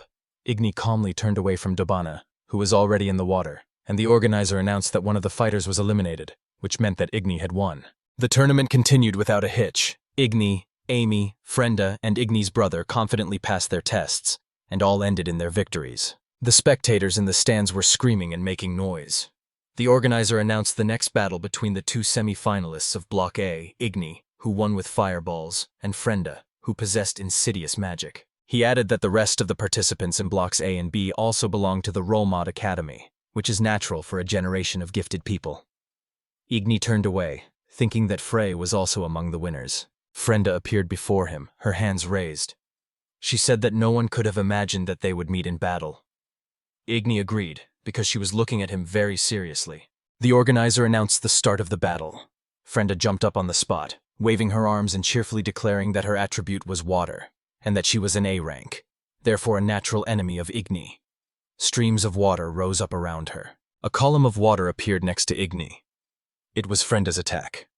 Defending himself, he denied her words, but suddenly froze in place when he felt the force of the flow. Her attack slammed into him, flooding the space around him. The girls watched the fight, and Yuri exclaimed that Frenda had hit Igny from behind. Iris watched the fight in horror, fearing for him. Frenda looked ahead with surprise and anxiety. Before her stood a smiling Igny, who calmly declared that her attack had not reached its target. The shocked girl raised her hand and asked in a trembling voice how his fire had managed to evaporate all her water so quickly. Panic appeared on Frenda's face, and she exclaimed that Igny simply couldn't take away her magic with just a regular fireball. Igny reached forward and unleashed another fiery attack, aimed directly at Friend. Suddenly gripped by fear, the girl had not expected such a sudden blow. She raised her hands and quickly invoked a spell. A great wall of water grew in front of her, which was to become a reliable defense. Frenda held her hands tensely in front of her, beads of sweat rolling down her face. She knew the wall wouldn't hold for long, so she waved her hand, trembling, preparing for another spell. She raised her hand up, the other down, and a powerful water tornado swirled above her, causing her clothes and hair to flutter in the wind. Yuri and Alicia watched from the sidelines, and the girl said that Frenda's magic was incredibly large-scale, so powerful that not even every adult magician was capable of such a feat. Raising her hand, Friend sadly apologized to Igny, but declared that she would make him give in. Although he felt a little scared, he sincerely admitted that she was amazing and incredibly talented. The girl surrounded herself with streams of water on all sides and proclaimed that Igny was doomed to lose, as her magic had locked him in with no way out. Frenda raised her hand once more, assuring her that she could close any gap with columns of water. But suddenly she noticed with surprise that Igny had disappeared. And the next moment his hand appeared behind her back. He fired a volley of fire, and Friend was thrown aside. She screamed in terror that she did not understand how he had ended up behind her in the first place. Frenda fell into the pool surrounding the arena. The organizer declared the fight over and Igny the winner. He stood at the edge and the stands erupted in cheers, celebrating his triumph. The scene changed. Igny was sitting in the lounge, hunched over and holding his hands between his knees. Someone called out to him, and he looked up in surprise. Amy stood in front of the door. She said quietly that she had already fought Frey and lost to him. She added that she probably needed to practice more, as Frey's magic gave her a strange and very unpleasant feeling. Igny listened to her words with surprise. Then Amy looked straight ahead and admitted that she had only come here to support Igny, because now she would only be rooting for him to win. There was a commotion from the next room. Amy remained standing, while Igny stood up, heading towards the arena. Before leaving, he turned and thanked her for her support, promising to win without fail. The spectators in the stands were screaming and making noise. The organizer announced the final battle. Frey, the owner of the highest attribute of light, and the holder of the SS rank, against Igny, who only has fireballs and an F rank. Hearing the girls in the stands cheering for Frey, while only the boys cheered for him, Igny's spirits dropped. His face darkened, and he thought that his brother was much more popular than he was. He looked at Frey with fury and decided that if he defeated him, he would take all this fame for himself. Meanwhile, Frey stood opposite with his head down. As he drew closer, Frey mockingly said that he didn't understand how someone like Igny had even made it to the winners. Igny calmly replied that he didn't know what answer his brother wanted to hear, because he was here because of his strength. Frey declared with fierce disdain that Igny had no great power. He was only capable of primitive fireballs. But Igny confidently replied that thanks to them he had honed his skills to perfection. Hearing this, Frey exploded in anger. He exclaimed that such a worthless boy would never master magic perfectly. At that moment, the organizer announced the start of the duel. Suddenly, Frey cast a spell and launched an attack at his brother. Igny put his hand forward, trying to defend himself. Dust and smoke rose above the arena after the blow. The organizer commented that Frey was already using such powerful spells at the start, but the blow never reached its target. Frey, hearing these words, was confused and lit up with an aura, not understanding how his attack had missed.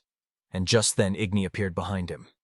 A fireball ignited in Igny's hand, instantly growing in size, and he aimed it directly at Frey.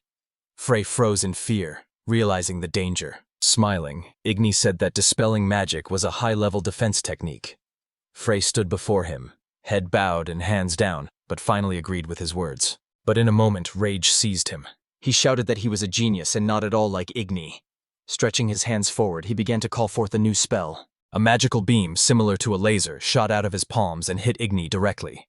The next moment, a loud explosion shook the arena. Frey rushed to where Igny stood and began to strike, but none of his blows reached their target, as his brother skillfully dodged all attacks.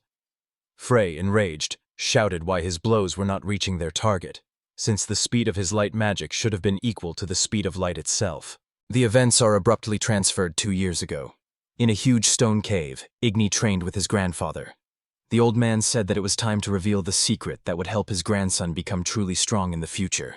Igny stretched his arms out in front of him and looked back at his grandfather in surprise, assuming that he was talking about some kind of large power amplifier. But his grandfather only shook his head, noting that his grandson was filled with strange thoughts. And Igny was even more surprised to hear that his grandfather was going to teach him something that would be crucial in the battle against the master of light magic, namely speed. Dressed in a cloak and suit, the grandfather looked ahead and said that the magic of light is not so easy to see, and therefore one must learn to see the entire aura as a whole. This is the highest level of spiritual vision. He looked at Igny and explained that in addition to increasing his power and rank, he needed to give his fire magic the speed of light.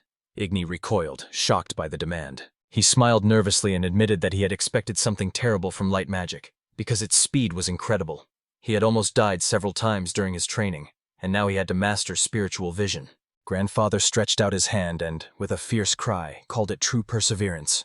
If Igny wants to become the strongest, then that's how he can also become the most popular. The boy's face was covered with beads of sweat. He mumbled something, then raised his hands up and with a joyful exclamation declared that he agreed. The grandfather replied with satisfaction that his grandson's obedience was very good. Events returned to the tournament arena. Igny deftly dodged another blow from his brother and remembered how he had trained day after day for 2 years to exhaustion, reaching the limits of what was possible. He gritted his teeth and frowned with tension.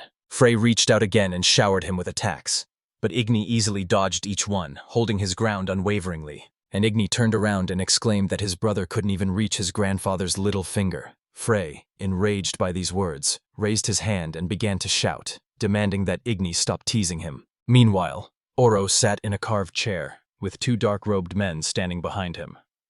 Seeing Igny in the arena, he asked anxiously how the boy had even made it to the finals since his talent was only an F rank of fire. Oro tensed even more when he heard someone behind him say that Igny had no talent, but had real ability. A man in a long cloak appeared at the door.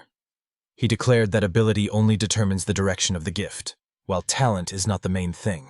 And he asked if Oro still did not distinguish between these concepts. Oro asked in surprise what Lux was doing here. Lux showed his face and asked why Oro still didn't call him father. Lux came closer and said that he had come to the tournament to see how his grandchildren were having fun, since he was the one who raised Igny. Oro only frowned in response, but in a moment, a wicked smile crossed his face. He shouted that Lux was wrong, because no matter how much you train an F-ranked person, victory will always go to a genius like Frey, the owner of an SS rank. Frey raised his hand, and a dark atmosphere formed around him. He angrily declared that their fight was over. Eleanor stared ahead, noting that this was the first time she had seen Frey in such despair. Yuri and the girls discussed among themselves that he was going to use the Aurora spell, which could affect a huge area. Frey raised his hand, then thrust it forward sharply, announcing that he was casting the Radiant of Dawn. It was his unique magic, different from Igny's simple fireballs, and he was certain that it would finish off his brother. Frey stood with his hand out in front of him, while Igny raised his palm, creating a fireball. He declared that he would not retreat and would meet the attack head-on. Both brothers concentrated, and at one point they released their most powerful spells, after which a stunning explosion shook the arena. The explosion was so powerful that clouds of smoke and flames covered the entire arena. Yuri and the girls watched in horror, their faces expressing anxiety. In the clouds of dust and smoke, 2 figures could barely be seen, one standing on the arena, the other suspended in midair. As the mist began to clear, Igny became visible, standing confidently with his hand outstretched. The entire arena saw him unharmed, while Frey appeared in the smoke, falling down, defeated. Oro gritted his teeth and stared at the sight in confusion. Frey fell with a thud into the pool surrounding the arena. The organizer loudly announced Igny's victory, and the stands erupted in cheers, chanting his name. He stood with one hand raised, the other resting on his belt, Oro rose from his chair, frantically shouting that this couldn't be. Primer Frey, the holder of the SS rank, had been defeated. His face was covered with beads of sweat, and his anger was only growing. Lux, who was standing behind him, closed his eyes and said that Frey's talent was indeed great, but he didn't know how to use it. Lux recalled their training and added that Frey stood out among his peers for his versatility, but against one technique brought to the limit, he proved powerless, losing to Igny in everything. Lux stood before Oro and firmly said that he was blinded by his primrose and unable to see the truth, so he could not entrust his grandchildren to him, because for Oro his sons had always been just tools. He became angry and shouted that Lux should not dare to teach him. A sinister smile stretched Oro's face. He raised his hands and angrily shouted that yes, Frey had lost, but Igny had not. And together with Igny, he would be able to obtain the first light and achieve the goal he sought. Lux, standing behind, said that Oro had no idea that his words would never come true, because Igny would never return. But Oro interrupted him, ordered him to be quiet, and slammed the door in his face. The tournament participants took to the podium. Igny took first place and raised his hand, greeting the crowd, which roared with joy, celebrating his victory. A girl with blonde hair approached Igny. She held something shiny in her hands and said with a smile that she congratulated him on his victory and wanted to present him with a well-deserved award. The boy looked in surprise at what was handed to him. He accepted the item and asked in surprise what exactly he had won. The girl replied that it was a catalyst ring. She explained that this ring was created specifically for the tournament and would grant the wearer the ability to use magic 3 times as much. Igny held it in his hands, where the light was coming from, and was happy to hear such news. He thanked the girl, clutching the ring tightly, but suddenly Frey's head dropped next to him. Igny was about to leave, but suddenly he heard his brother call his name. Frey, without looking up, quietly said that Igny was strong, something he couldn't say about himself. Igny replied that the victory was not so important. Frey had come in second place and should be proud of it. But Frey clenched his fist and said bitterly that it was a shame for a descendant of Primrose to come in second. Igny looked at him and noted that achieving the first light was independent of the tournament, so it was strange that Frey was so fixated on it. The brother admitted that his obsession with first light stems from his father's desires. Igny turned away, closed his eyes, and firmly said that Frey must be honest, because this desire was not only imposed, he wanted it himself. Frey stood silently, not raising his head. Later, Igny met up with Yuri and the girls at the fountain. They congratulated him warmly on his victory, while Alicia stood a little behind, smiling. He approached her, also smiling, and joked that she had come not only to watch, but also to support the tournament. Alicia smiled broadly and congratulated him on his victory. Eleanor approached them, clasped her hands together, and cheerfully suggested that they celebrate Igny's triumph. He agreed, adding that he had also been paid a monetary reward. Suddenly, Edward approached them, his hands on his hips. He cheerfully declared that he would not allow them to celebrate at the winner's expense and would pay for the feast himself. He raised his hand and proudly added that he had already prepared a suitable establishment for the tournament hero. Igny just stared at him in surprise. He replayed Edward's words in his head, imagining himself sitting in a huge chair with a goblet in his hand, surrounded by countless beauties paying homage to him. Igny was about to raise his hand to shout something joyful, but a familiar voice interrupted him. He looked back and saw Oro's father walking towards him along the stone path. With a smile, Oro said that he had finally found Igny. The boy looked at him in surprise and did not understand what he was doing here. Igny closed his eyes and quietly told his friends that he would be late, so they should go without him. They obediently agreed and moved forward. Oro stopped in front of his son and shouted that he had seen his son fight Frey in the arena. Igny only thanked him for it. Then Oro grabbed him by the shoulders, leaning so that their faces were almost touching. He said that now Igny was worthy of the first light. The boy was confused and did not understand what these strange words meant. Oro continued, emphasizing that Igny's magic had completely destroyed Frey, and that amazed him, as it was perhaps the highest form of magic. Igny removed his father's hand and denied that he was wrong, as he had only won thanks to his mastery of fireball control. This surprised Oro. His face darkened. He said he understood everything. Igny was hiding the true secret of his power, and that was right. But Igny replied again that his father was wrong, and there was no secret. Looking at him, Igny thought that his father's words made no sense. He didn't understand what he was talking about at all. Oro suddenly smiled and said that he meant only one thing. Now Igny could return. The boy was surprised and asked where exactly. Oro raised his hands, his face grim. He declared that Igny could return to the Tarquis family, and if he agreed, he would become the pride of their entire lineage. Oro sat opposite Igny by the fountain. looking at him intently, and his son, putting his hands on his belt, asked directly if he could become a nobleman again. His father, smiling, confirmed and wondered if that wasn't a wonderful offer. Igny sighed heavily and, bowing his head, replied that he had no intention of agreeing to his father's terms. Oro looked confused, not understanding why his son was refusing. The boy frowned and explained that he saw no point in accepting his father's offer. Behind him, the fountain roared and the leaves rustled. Horror appeared on Oro's face when he heard Igny's words that this would mean a return to the strict upbringing and endless noble formalities that were unbearable to him. Igny turned away from his father and started to walk away, but his father, in a panic, held out his hand, beckoning him to stop. Suddenly, Oro shuddered as a heavy hand fell on his shoulder. Turning around, he saw Lux behind him. He looked sternly and said that Igny had already answered, and he did not like his father's words. Igny, noticing his grandfather, cheerfully called him to him. Oro pushed Lux away, threw up his hands, and shouted that he had no right to interfere, since he had once refused Igny. Lux responded by shouting that the rules of popularity were the laws of life. He turned to Igny and asked him to recall rule number 15 of popularity. Igny, without hesitation, replied that it said that one should never call a woman an offensive word. Beads of sweat rolled down Oro's face. His jaw clenched in fury.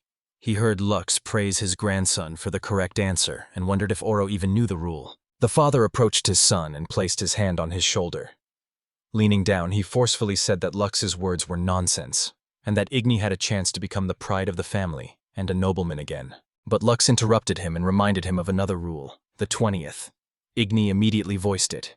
Love your enemy as yourself. Lux nodded with satisfaction, saying that his grandson was right. If you love, there is no place for hatred. Oro held Igny by the shoulder and shouted for Lux to shut up, because he was talking to his son. But Lux ignored him and continued to question Igny, to which the boy answered confidently. Grandpa smiled, saying that Oro would never follow these rules, which only made him even more furious. Oro's face first changed to a smile, but as soon as Igny told him not to be so angry, as he was grateful to his father for many things, including his exile, the smile disappeared and a shadow fell over his features again. Igny smiled broadly and added that he was grateful for the freedom he had gained through exile. With these words, he wanted to say goodbye to his father, but Oro's face became eerie. He moved forward, repeating that his son did not understand and was raving nonsense. Behind him, Lux stood silently, when suddenly a sharp noise was heard in the air. Lux grabbed Oro by the arms and shouted to Igny that he should not hesitate, but should go immediately, because his friends were already waiting for him. Oro looked at his brother in fear, but Igny agreed and rushed forward. Oro couldn't escape Lux's grip. He desperately called out for his son to stop, stretched out his hand and begged him to come back. But Igny only quickened his pace, running towards his friends. The group sat at a round table under a high ceiling in a spacious hall. Alicia, without her hat, muttered in disappointment that she thought they were going to a prestigious restaurant. But it turned out to be an ordinary place. Salads and seafood were on the table. Yuri noted with a smile that the food looked delicious. Edward added that at such moments it was best to eat among people, because that was where the real taste and atmosphere were. Igny sat with his hands on the table, beaming with the thought that he had never seen a single naked girl in the establishment. Alicia looked at him in surprise and asked why he was acting so strangely. Edward's companion pointed ahead and said that Igny should be grateful, because Edward had chosen this place with all his heart. Edward's mouth dropped open in astonishment. He slapped his friend and told him not to talk like that again. The friend clutched his head and muttered in tears that he only wanted praise. Eleanor, looking at the boys, noted that they were very friendly. Everyone raised their glasses and clinked them. Edward solemnly said that today was a holiday, so they could enjoy their food and rest. A question arose at the table. How did Igny become so strong? He took a sip from his mug and slammed it on the wooden surface. The boy touched his face and sternly said that all his strength came from perseverance. Yuri raised his hands and Alicia beamed beside him, their faces alight with admiration. Igny looked at them and smiled, rejoicing in their sincere admiration. Later, Iris unexpectedly hugged Alicia. Alicia stared at her friend in surprise until she asked her to perform a trick. Alicia agreed and pulled a small object out of the air. She spread the cards in her hand and announced that she could predict everyone's future because the brilliant Alicia was able to reveal children's fates. Iris covered her face with her hand and laughed, saying that disaster magic suited Alicia perfectly, but she just looked at her in surprise, not understanding the meaning, and suddenly suggested that Igny himself do the fortune-telling. He was somewhat surprised by her idea. Alicia stood at the table while everyone else sat. Igny raised a finger and asked if she could predict whether they would be in the same group together in 10 years. Alicia agreed with a smile. She spread out a few cards face down and said briskly that this was what their future would look like in 10 years. Then she turned over one card, which showed a skull and crossbones. Alicia tilted the map towards her and looked at the drawing. Yuri trembled with fear, tears welling up in his eyes. Iris looked at Alicia, and a heavy, oppressive atmosphere hung between them. The boys began to shout, telling her that Alicia's words were not to be believed, that she was trying to tell fortunes again. The noise was so loud that it could be heard even on the street. Meanwhile, on the roof of the building opposite, a mysterious figure in a black cloak sat. His face was hidden in shadow. The stranger looked ahead and said that he had finally found Alicia. The girl stood in the middle of an open, rocky area. She held a broom in her hands, a hat on her head. Around her lay motionless soldiers. The body of one of them lay at her feet, and the broom handle was dirty. A man appeared behind her. Alicia looked warily and asked who he was. It was Lux, who quietly replied that he was worried about the children's tears. Alicia's face darkened. She said frankly that they were on a battlefield, and there could be no children here. The question arose in her mind, was he the enemy? Lux moved his hand away and said he was not an enemy, but he was not a friend either. He had come to fulfill a promise to an old comrade and to Felicia. Alicia listened without looking back. He handed her a piece of paper with a coat of arms and a seal. He said that if she didn't accept his help now, she should at least take this document. The girl asked in surprise what it was. Lux explained that it was an application to enter the Rollmod Magic Academy, one of the best in the kingdom. Alicia turned away and said that she was not interested, but she froze when she heard him say that she would be able to make friends at school. Alicia lowered her head and thought about what she had heard. Lux repeated that she would definitely make friends there, including a boy. At that moment, the girl woke up with tears in her eyes. She went to the barred window, peered into the darkness, and whispered that she had dreamed. She lay down again, but her eyes were burning. A new idea had been born in her head. It was night. The lights were already on in the windows of the house. Yuri was sitting on the bed and cheerfully saying that the day had turned out to be surprisingly beautiful. Igny, taking off his clothes, agreed. He remembered the events of the day, when he found himself in Eleanor's arms, which inspired him to victory. Iris stood next to him, displeased. Igny thought he would never forget that moment and wanted the embrace to last forever. Yuri, sitting on the bed, was surprised to see that Igny didn't look tired at all after the tournament fight. The guy raised his hand and confidently replied that he really wasn't tired, and added with a smile that he was a real tough fighter. Yuri smiled and admitted that he dreamed of becoming just as brave. Igny looked at him in surprise, thinking that he wasn't really brave but only wanted to win. It was getting dark outside and it was starting to rain. Yuri, sitting at the table, noticed that a storm was brewing outside. Igny went to the window and was also surprised at how quickly the weather had changed after a sunny day. Yuri raised his hand and said that a storm could sneak up on him unnoticed, when a dragon flew by or someone used catastrophic magic.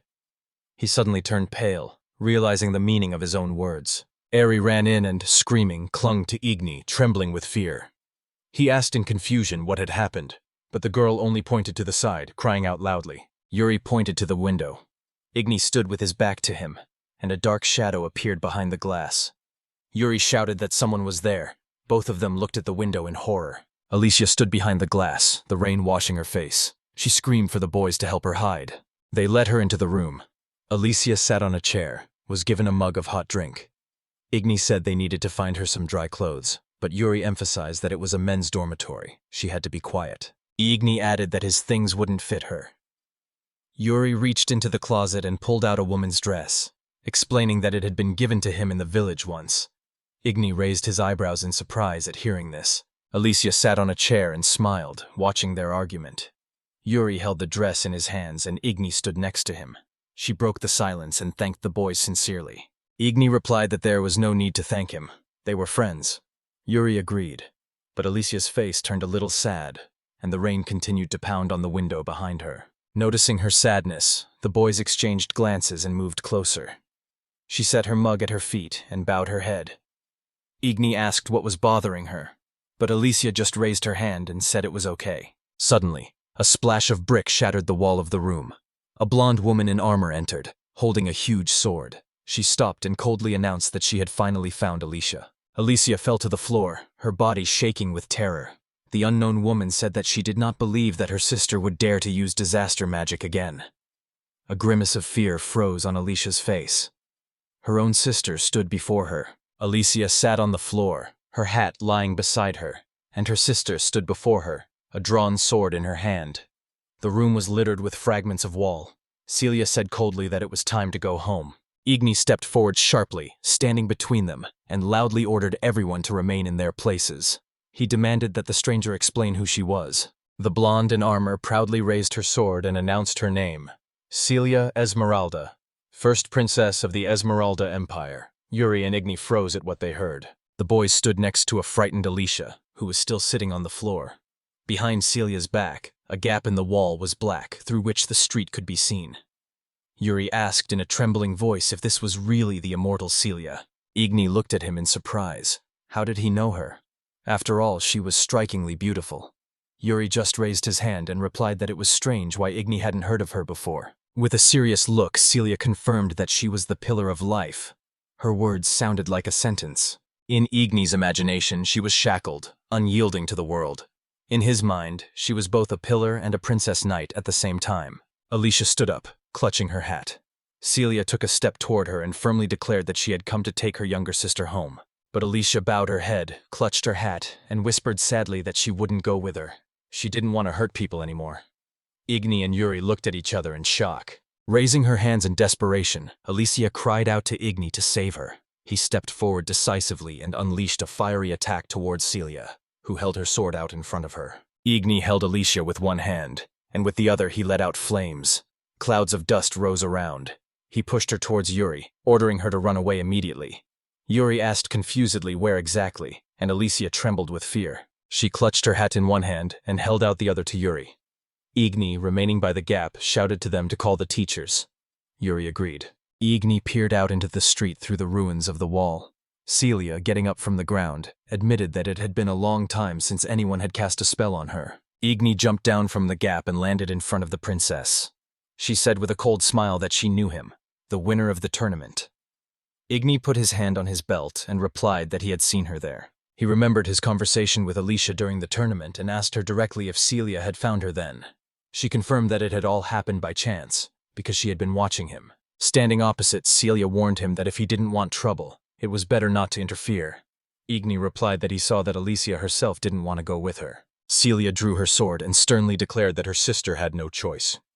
She didn't understand why Igny was interfering, since all she wanted was to get the girl back home. Igny replied with a twinkle in his eye that he was intervening because Alicia herself had asked for help. The princess reprimanded him. He had no right to interfere in their family affairs. Igny remembered his father's strictness and his grandfather's instructions. Then he firmly said that family can be both a support and an enemy. Celia, smiling, raised her sword and acknowledged that his words were filled with experience. Still, she announced that she would get him out of the way. Igny replied that he had no intention of losing. The sky grew dark. The rain continued. Celia warned him again. She was the pillar of life, and it was better to retreat. But Igny had no intention of doing so. She closed her eyes, accepting his choice. The princess rushed at him with a sword, but Igny managed to dodge and hung in the air. Once on the ground, he met her serious gaze. Celia admitted that she had not expected such agility from him. He was truly worthy of his title. Igny thanked her for the recognition. He raised his finger and fireballs erupted above him. With a smile, he said it was his turn to attack, and unleashed a powerful volley. The explosion split the air. Igny glanced around warily, but Celia was already behind him, striking. She recognized his strength and admitted that she had underestimated her opponent. When her sword cut through the air, Igny was already rising into the sky. His legs were blazing with flame. A ball of fire burned between his hands. The princess raised her head and asked in surprise if he had really risen with the help of fire. The fireball blazed in his palms. He smiled and raised his hand. A pillar of flame cut through the sky. Igny declared that the fireball could be used for more than just attacking. Celia did not understand his plan. He unleashed his new attack and a bright glow erupted around him. The fire hit its target. Igny fell to the ground, while Celia lay nearby, leaning on her sword. She admitted as she rose. She now understood that he had used the ball to cause lightning and had ascended into the sky to assess the force of the explosion. Despite her disfigured face, the princess respectfully said that she admired Igny's abilities. Igny looked at Celia with fear. Her face instantly recovered from its wounds. and he understood what the title Pillar of Life meant. Celia smiled and asked if he had helped Alicia only because she asked him to. She assured him that her sister was not at all who she seemed. Igny calmly replied that every girl had the right to her own secret. Celia, excited, blurted out that Alicia had hurt many people, but Igny firmly replied that he didn't care, surprising the princess. He exclaimed that this past cannot be changed. We must move forward. For him, Alicia will always remain a friend. Celia raised her sword again and declared that she would then have to defeat him. Igny thrust his hand forward, fireballs blazing around him. Celia assumed a fighting stance, ready for battle. But suddenly Alicia appeared behind Igny and begged him to stop. The boy froze in amazement. When he returned to her, he heard something unexpected. Alicia agreed with Celia and decided to return home. The words struck him like thunder. 2 guards stood behind the girl, their weapons pointed at Yura. He bowed his head and asked Igny for forgiveness. Igny pulled his hand away tensely, realizing that Celia had not come alone. She also lowered her sword and stood behind him. Alicia stepped closer and told her sister that taking hostages was a sign of weakness. Celia replied coldly, "The end justifies the means." The guards, Alicia and Yuri, moved toward the breach in the wall. Celia hurried them along. Igny, placing his hand on his belt, shouted for her to let Yuri go immediately. With her eyes closed, Celia replied that she didn't worry. The boy would be released after they boarded the ship. He would be free tomorrow. Alicia, without turning around, said that she was sorry for everything and apologized for getting them into trouble. Igny rushed to her and asked if she was really happy with this choice. She turned to him and, smiling through her tears, thanked him for everything. With these words, she said goodbye. Igny stood by the fence in the rain, watching the carriage disappear into the distance. Looking up, he wondered what his grandfather or another pillar of the elements would have done in his place. His eyes lit up with determination. Igny raised his hand and a ball of fire erupted above it. Through gritted teeth, he declared that he would punish Celia for everything she had done. The clouds parted, revealing a starry sky. Igny said with a smile, "True fame is strength, and I am strong enough." After that, he rose into the air and flew after the carriage. Meanwhile, the carriage sped along the road, its wheels splashing with water from the puddles. Inside, Alicia sat next to Yuri, her knees drawn to her chest. In another corner was Celia, who asked why her sister was attending the tournament. Celia, squinting one eye, said that Alicia knew she would be there too. But without looking up, Alicia admitted that it was true. Hugging her knees, Alicia quietly said that this was her friend's first duel. Yuri looked at Celia in surprise, who was also stunned. Her sister had a friend. Alicia rolled her eyes and said it wasn't fair. Celia had always had more freedom. She was allowed more than her younger sister. But Celia turned away and replied that she wasn't free either. When she started studying magic, she was only laughed at. No one believed in her success. The words made Alicia raise her head. Celia lowered her eyes and added, "Over time, she realized that these conversations were useless. She was able to become strong while Alicia remained weak." Alicia smiled slightly and said that Igny was also strong, but he lacked confidence. Then she hugged her knees again and quietly asked about her sister's words about strength. Celia replied that Igny lacked toughness. He was incapable of sacrificing another person or betraying a comrade. Yuri and Alicia looked at her anxiously. The next moment, Alicia sharply hit her sister. Celia froze in shock, not believing that she had dared. Stepping back, Alicia clutched her chest and shouted that Celia had no right to mock Igny. That was not bravery, but meanness. Yuri carefully took her by the shoulder and asked her to calm down. Alicia's face darkened, guilt suffocating her. Did she have the right to teach anyone a lesson when she herself had caused so much pain to people? She lowered her arms and covered her face with her hat, thinking that she didn't want to be a weapon or a disaster. She only dreamed of remaining just a princess. Someone raised a hand and the cart suddenly stopped. Celia looked on in amazement at the unexpected turn of events. Alicia looked around and asked why the cart had been stopped, if someone was blocking the way again. She didn't have time to finish because the tarpaulin was cut open, and then there was an explosion. A moment later, Igny landed on his feet, holding Yuri and Alicia in his arms, and apologized for being late. They both froze in surprise, and Alicia suddenly noticed something strange. Without letting go of anyone from his embrace, Igny abruptly jumped aside and ordered everyone to flee. Celia stood by the torn tent of the wagon and looked up. Igny took his friends out into the forest, placed them in a small clearing, and extended his hand forward. He declared that he and Eleanor would hold back Celia, and that Yuri and Alicia should leave immediately. Yuri agreed immediately. But suddenly Alicia stopped him and said that she didn't want to burden the boys with her problems anymore. Igny interrupted her and angrily asked why she was acting like that. Alicia exclaimed in despair that they would not defeat her sister anyway. Igny grabbed her by the shoulders and shouted that the most important thing now was her own desire. Alicia froze, amazed by his insistence. Leaning closer, he said sternly, "She must decide right now whether to follow her heart or obey her sister." Alicia hid her face under her hat and mumbled something incomprehensible. Then she looked up at him, her eyes shining with tears, and whispered pleadingly that she needed his help. Igny clenched his fist and promised with a smile to grant her wish. Suddenly, there were quick footsteps, and Celia jumped out of the bushes, sword in hand. She declared furiously that her patience had run out and rushed to attack. Alicia trembled in fear in Igny's arms. But in a moment the sword stopped in midair, a few inches away from them, and a huge magical symbol shone around it. Celia exclaimed in horror that it was a teleportation circle, a mirror of movement. Mira was sitting on a tree branch, with Eleanor and Yuri standing next to her. Mira covered one eye with her finger and confirmed with a smile the spell would work on these three. She cheerfully added that they would have an hour. During that time, the boys had to figure everything out, and Igny had to protect the princess. Igny only managed to say that Mira could trust him, and the trio disappeared into the portal. Yuri fearfully asked the smiling Eleanor where exactly they had been sent. Mira replied that she had moved them to the Sandy Lands, and Eleanor explained that it was there that they would be able to defeat the pillar. Celia fell to the ground and raised her head. Igny and Alicia were hovering above her. The boy said that they were now in the Gargant Desert, on the border with the demons, where no one would interfere with their fight. She stood with her hands down. Igny admitted that he had always considered her the strongest mage, but even so, he was not going to back down. Alicia hugged him tightly, and Igny firmly declared, by defeating Celia, he would make her forget about her sister. Holding Alicia in his arms, Igny lunged forward and attacked Celia, exclaiming that his plan was flawless. Celia raised her sword and began to deflect the fireballs. She shouted that Igny was too cocky and his attacks would do nothing to her. Frowning, she exuded a gloomy pressure and said that he had already tired her. Then she added coldly, "A fast horse is only valuable when it has legs." It flew into the air and aimed a sharp blow at Igny's legs. The boy turned pale with fear, clenching his teeth convulsively. As he held Alicia, he shouted, "Fire!" And instead of severed limbs, his legs burst into flames. Celia lowered her sword in surprise and admitted that he had created legs of fire. Standing on the ground with Alicia in his arms, Igny was barely able to hold on, smoke billowing from his wounds, but his legs were glowing with fire. Alicia desperately begged him to stop.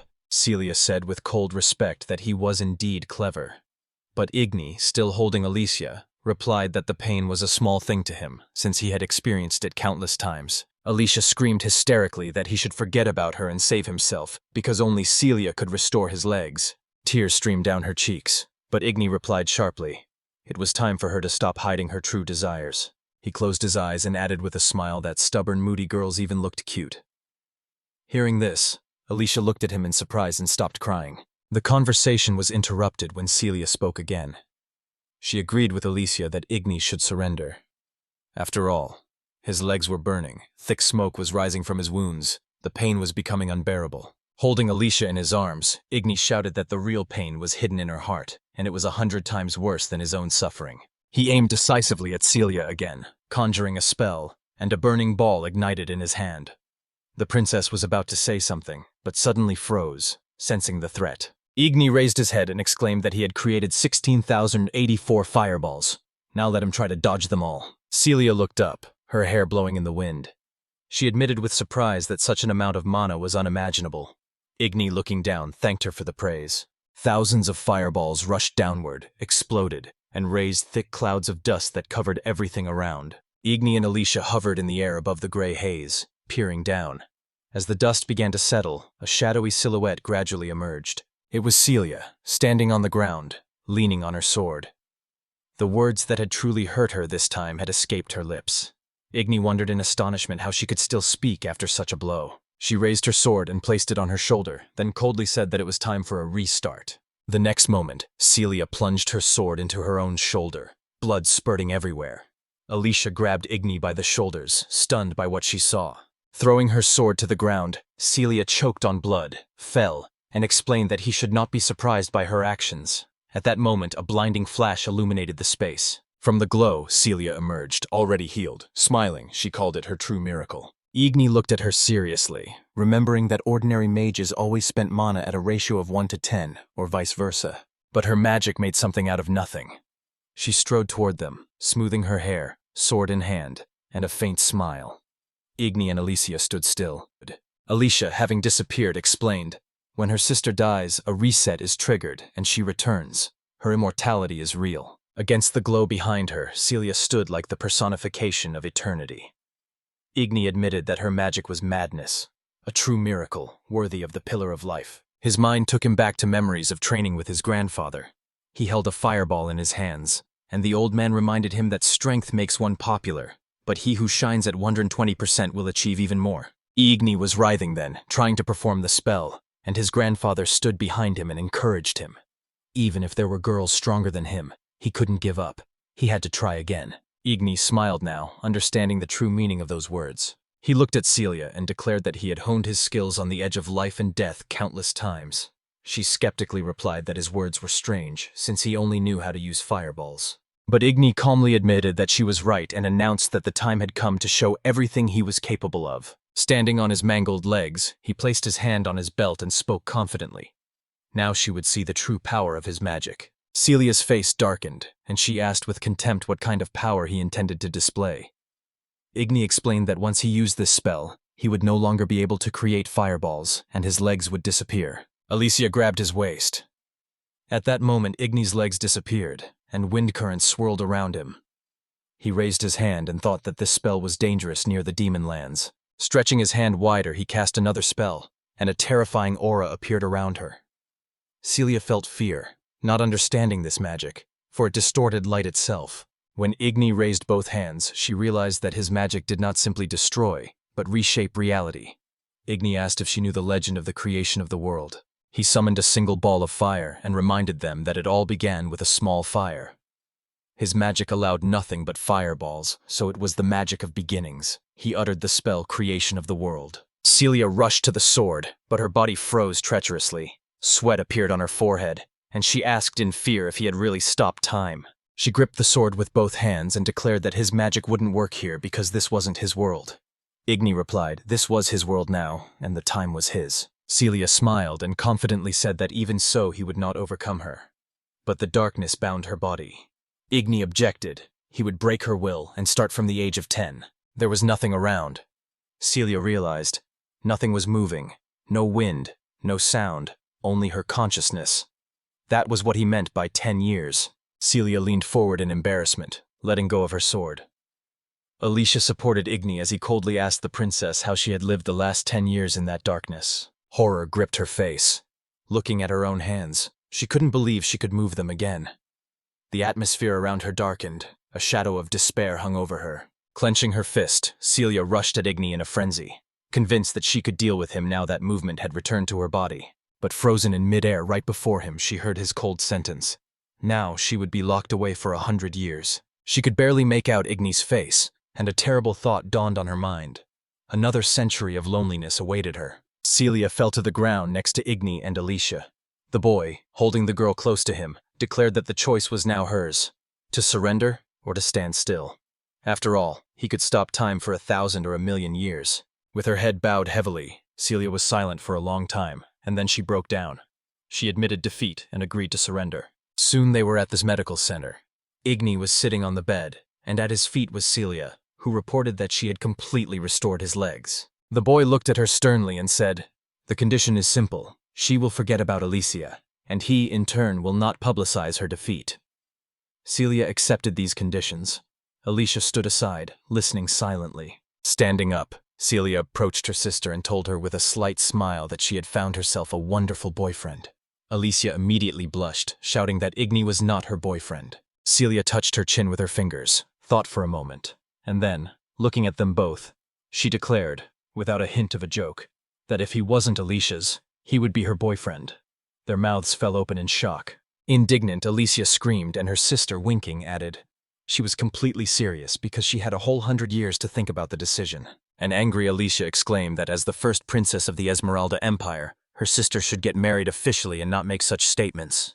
But Celia just shrugged, saying she didn't see a problem. Grabbing her sister by the shoulders, Alicia began to lead her out of the room, thanking Igny for healing her and telling her it was time for her to go home. The boy followed them with his gaze, thinking that this was exactly what a moment of glory looked like. Turning to him with a burning face, Alicia suddenly ran up and touched his cheek with a quick kiss. Then she jumped back, hid her face under her hat, and ran away, uttering words of gratitude for everything. Igny was left red-faced, holding his cheek and shouting to the entire medical center that he didn't understand anything about what had happened. Meanwhile, in another place, a girl in an expensive chair was listening to the address. The servants called her a saint. A messenger in a cloak reported that she had found the one their mistress was looking for. To the question, "Where is he?" the answer was short. In the kingdom of Antim, at the Roman Magic Academy. The woman received photos of the hero and was happy that after 3 years she had finally found him. She pinned the photos to the wall, including a shot of Igny standing next to his friends. She whispered that fate had brought them together. Stopping in front of the wall, the woman said his name and folded her hands in prayer, hoping for a quick meeting, while the hero himself spent time among friends and girls. The next morning, Iris, noticing Igny, happily ran up and grabbed his hand, greeting him good morning. She asked if he had slept well and praised his fighting, admitting that she had never doubted him. The boy smiled awkwardly, remembering the fight with Celia, but decided not to show it off, because he might be misunderstood. But suddenly Iris frowned and, standing in the way, announced that she had news that almost made her faint. Igny asked warily what it was about. He thought it might be an explosion, but then it was nothing out of the ordinary. And then he remembered how some of the students had been moved to temporary housing. However, Iris's expression changed dramatically and, gesturing vigorously, exclaimed, "Alicia has moved into the dormitory!" Igny sighed with relief, realizing what she was talking about, and admitted that he had never heard anything like it before. And suddenly a voice from the sky joined the conversation. Someone, flying above them, asked for details. A girl in a hat came down on a broomstick, smiling. Can't she live in a dormitory anymore? Her friends were delighted to recognize Alicia. When she landed, she heard from Igny that now the 4 of them would go to the academy together, and she happily agreed. Smiling from ear to ear, Alicia replied that he was right, then walked away and started a conversation with Iris, while Igny recalled his own dubious theory from yesterday. Looking at her, he mentally admitted that this theory was that Alicia was actually in love with him. The girl was happily chatting with her friends, occasionally casting furtive glances at him. He recalls the moment he saved Alicia, and supports his theory by the fact that she kissed him sincerely on the cheek, her eyes closed and not noticing his surprise. But he immediately thinks that for someone it could be a simple expression of gratitude. Gathering his courage, he reaches out and calls her name, but something suddenly stops him. A doubt pierces him. Maybe he's overthinking things? Didn't she feel sorry for him? Like a weak, helpless creature? These thoughts make Igny slow down and lose confidence for a moment. The guy tries to buy time, searching for words, and Alicia looks at him blankly. Igny thinks about how people often misunderstand each other, confessing their feelings and then experiencing pain. At the same time, he remembers that there are also opposite cases, when someone hides love their whole life, losing a chance for happiness. In his imagination, it turns into an endless hell, like an illusion of an endless staircase, where he constantly runs from the words loves to the words doesn't love. But eventually, Igny realizes that if he wants to be truly great, he can't just ignore this incident. A tense expression appears on his face, beads of sweat drip from his forehead, and he asks himself, what should he do? At this moment, he remembers the conversation with his grandfather. Grandfather then asked if Igny really thought that popularity meant only the ability to make girls laugh. He sternly warned that this was only the beginning, and such thoughts could lead to hatred. The boy was horrified and exclaimed, "What is it? To hate?" The old man clenched his fist and sharply declared, "You need to live in such a way that the girl falls in love with you even more. Then you will become truly popular." He explained that making a girl laugh once does not mean becoming her boyfriend. It is naivety and shameful. Young Igny listened in horror. Now, remembering those words, Igny makes a sad face and thinks, it was just a kiss on the cheek, and nothing more. Alicia watches him, not understanding what is happening. But suddenly his expression changes. He smiles, realizing that the girl is unlikely to have fallen in love with him because of such a trifle. And he internally thanks his grandfather for the advice. From the sidelines, Iris, alarmed, asks if he is okay. But Alicia herself answers for Igny, saying that he is always so eccentric. Suddenly, Yuri appears and asks if Alicia is okay. She smiles sweetly and tells him not to worry. But she immediately adds that she received a letter from her sister this morning. She apologized and wrote that she wanted to meet Igny again. The girl in the hat thinks that maybe her sister is okay. Yuri asks if she will tell Igny himself. Alicia frowns and seriously replies that she would never do that. Later, they enter the classroom, where two girls approach Igny and begin to praise him enthusiastically. One says that she saw him fight, and the other admits that she had no idea how strong he was. Seeing their impression, Igny starts to justify himself, saying that he was just lucky, although inwardly he is happy about his popularity. Meanwhile, Iris listens to the conversation with a displeased expression, but at that moment Eleanor enters the class and greets everyone. She's looking for Igny. Hearing his name, he immediately answers. Eleanor looks straight at him and asks to come with him. The guy follows, a little warily, finding himself in a spacious conference room, wondering what kind of place this is. The teacher explains that students come here for advice from their professors. Then she puts her hand on his shoulder and suddenly says that she needs his help herself. She hands him a sheet of paper and asks him to look at it. Igny, reading the title, asks, "Is this really a task?" Sitting next to him, Eleanor explains that this kind of thing is usually done only by seniors, but his results prove that he is capable. The boy bursts into joy and asks what task he will be given. The teacher answers, "It's about transporting weapons. The cargo needs to be delivered to the Duchy of Lertalia." She shows the location on the map and adds, "The clients are elves, which is strange, because they hate humans so much." Igny immediately remembers her teacher Mira, also an elf, but surprisingly kind. She remembers her humorous antics, and Eleanor notes that Mira is rather an exception. She adds that she was surprised when she received this assignment from the elves. When Igny asks if this has happened before, she confirms, this is the first time. The teacher emphasizes that this is the first request from the elves to the academy. Igny begins to suspect that the reason lies in himself, because the letter came just after his victory in the tournament. He imagines that among the elves his admirers have appeared, puts his hand on his chest, and solemnly declares that he will take on the mission with honor. Eleanor smiles gently and says that she knew he would not fail. She explains that he has 2 weeks to complete the task, and that he will be excused from classes to do so. She adds that he will need a partner, and she has already taken care of that. The guy, surprised, begins to ask questions. He asks if he can choose his own companion if she is so confident in him. A little embarrassed, but still smiling, Eleanor explains that the matter is too important, and if he hires someone unreliable, it will only create problems. That's why the teachers choose the assistants themselves. She adds that it's more like a support group, and Igny imagines a squad of girl guards and readily agrees. Eleanor asks if he has any enemies among the students, but he smiles and answers the opposite. He is friends with everyone. The teacher is genuinely surprised by his words, and, unable to restrain herself, she presses him to her so that his face is near her chest.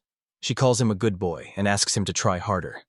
Igny does not immediately understand what is happening, but when he does, he blushes deeply and starts to pull away. Inside, he swears to himself that he will give all his strength for the sake of this mission. The day of departure arrives. Near the brick wall, Iris waves to him, calling out joyfully.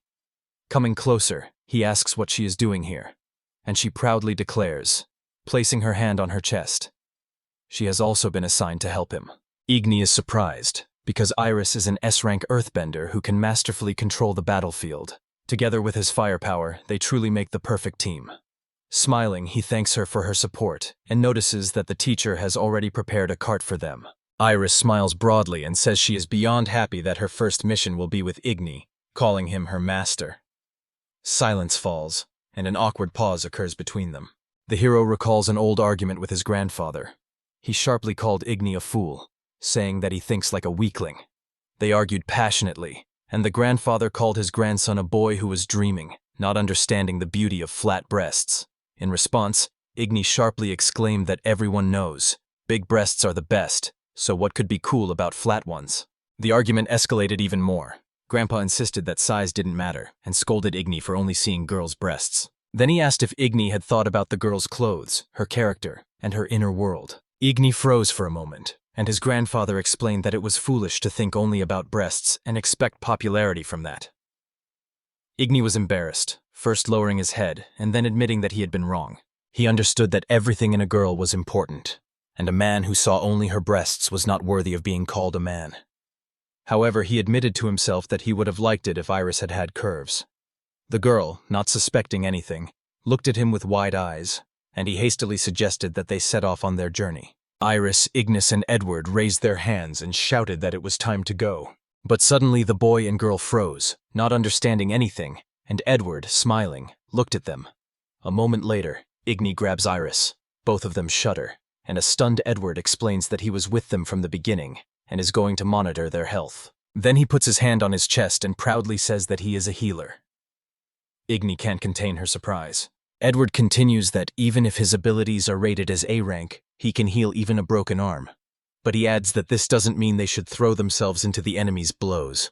Iris mutters that this is nonsense. She confidently declares that Igny will never be attacked because he is her master. Edward agrees, because Igny is also his friend, and winks at the girl. Igny realizes that the atmosphere is getting tense, and both, although they try not to show it, are ready to fight. A little scared, he asks them to stop and suggests they go on a mission. They approach the carriage where Eleanor meets them. The teacher explains that the details of the mission will be communicated by the clients themselves and will also pay the reward. She asks them to sit down and warns them. The academy will not track their actions, so they are on their own. When everyone is seated, Eleanor suddenly adds, "If danger arises, the task can be abandoned." Igny looks around in surprise and asks if this is really possible. The teacher smiles sweetly and replies, "Even if it affects the case, the safety of the students is above all else." She asks not to take any unnecessary risks and promises to arrange this with Igny. Before finally sitting down, he looks her in the eye and tells her not to worry. Sitting down, he clenches his fist and confidently declares that he is very strong. Edward silently stares out the window. Eleanor blushes for a moment, then smiles again and calls him a handsome boy. The carriage moves off, and she wishes them a safe journey. Iris immediately grabs Igny and tells him it's like a date. He laughs awkwardly, and an irritated Edward angrily reminds him not to forget about him. Iris then asks if they know how long the journey will take. Igny replies that he has only heard about some forest, but if they have given him a carriage, it will be a long journey. Listening to the clatter of hooves and the rustle of nature, Igny closes his eyes and invites everyone to relax and enjoy the journey. Finally, the carriage stops. Once out, the boys discuss their journey, admitting that they have been traveling all day. Suddenly, a voice is heard behind them saying that they have finally arrived. Looking around, they see an elf with short hair. She calls herself Lura, the leader of the squad. Igny thinks this is his first encounter with an elf, aside from Professor Mira. He immediately notes that Lura is beautiful. With a smile, he shakes her hand and politely says he's pleased to meet her. The elf asks, surprised, if it's really him. She begins to talk about how she saw him perform in the tournament, and admits that she can't believe he won using only fireballs. Lura says that this is the first time she's ever met a magician with such skill. Igny, stunned, asks if that's really true. Then he almost jumps for joy, sincerely thanking for the recognition and secretly rejoicing in his own popularity. The elf says that the journey will not be too long, but still asks them to welcome her. Igny wonders, was it really at her request that he was assigned to carry out this mission? Suddenly, Lura turns around and asks permission to introduce her companions, to which the hero curiously looks away. She points to a girl with a face covered by a black hood, introducing her as Ina, and then points to a sullen elf, calling her Lily. Igny is surprised that their companions are staying so far aloof. He approaches and politely says he's glad to meet you, while at the same time thinking he has to make a good impression so they don't hate him. But Lily raises her eyebrows angrily and turns away with an irritated click of her tongue. Seeing this, Igny is instantly frightened, deciding that she already hates him. They then set off for the Duchy of Lertalia, accompanying a carriage drawn by 2 horses. They encounter numerous monsters, goblins and mountain robbers, but against their strength they had no chance. Igny recalls a conversation with Iris at the carriage when Lily was nearby. He admits that they never reached an understanding. Iris, catching Lily's gaze, concludes that elves are indeed not very kind to humans. Later, Lura approaches Lily and asks how long she will be stubborn, but the irritated elf tries to argue. Lura interrupts her and apologizes to the others. She explains that Ina is reserved by nature and doesn't like to talk, and everyone sees everything about Lily anyway. But Lily turns away and says that she can't trust the hero, because he only knows how to use fireballs. Igny, surprised, replies that it's not because of a lack of skills, but because he deliberately uses only that. He even smiles and adds that he is actually a one-spell magician. Lily is not impressed. She contemptuously asks what good is a magician with 1 spell. Igny freezes, not knowing what to say. And then Lura suddenly becomes interested. She immediately runs up to him and starts shaking his shoulders, exclaiming that it's unbelievable. People like him really exist.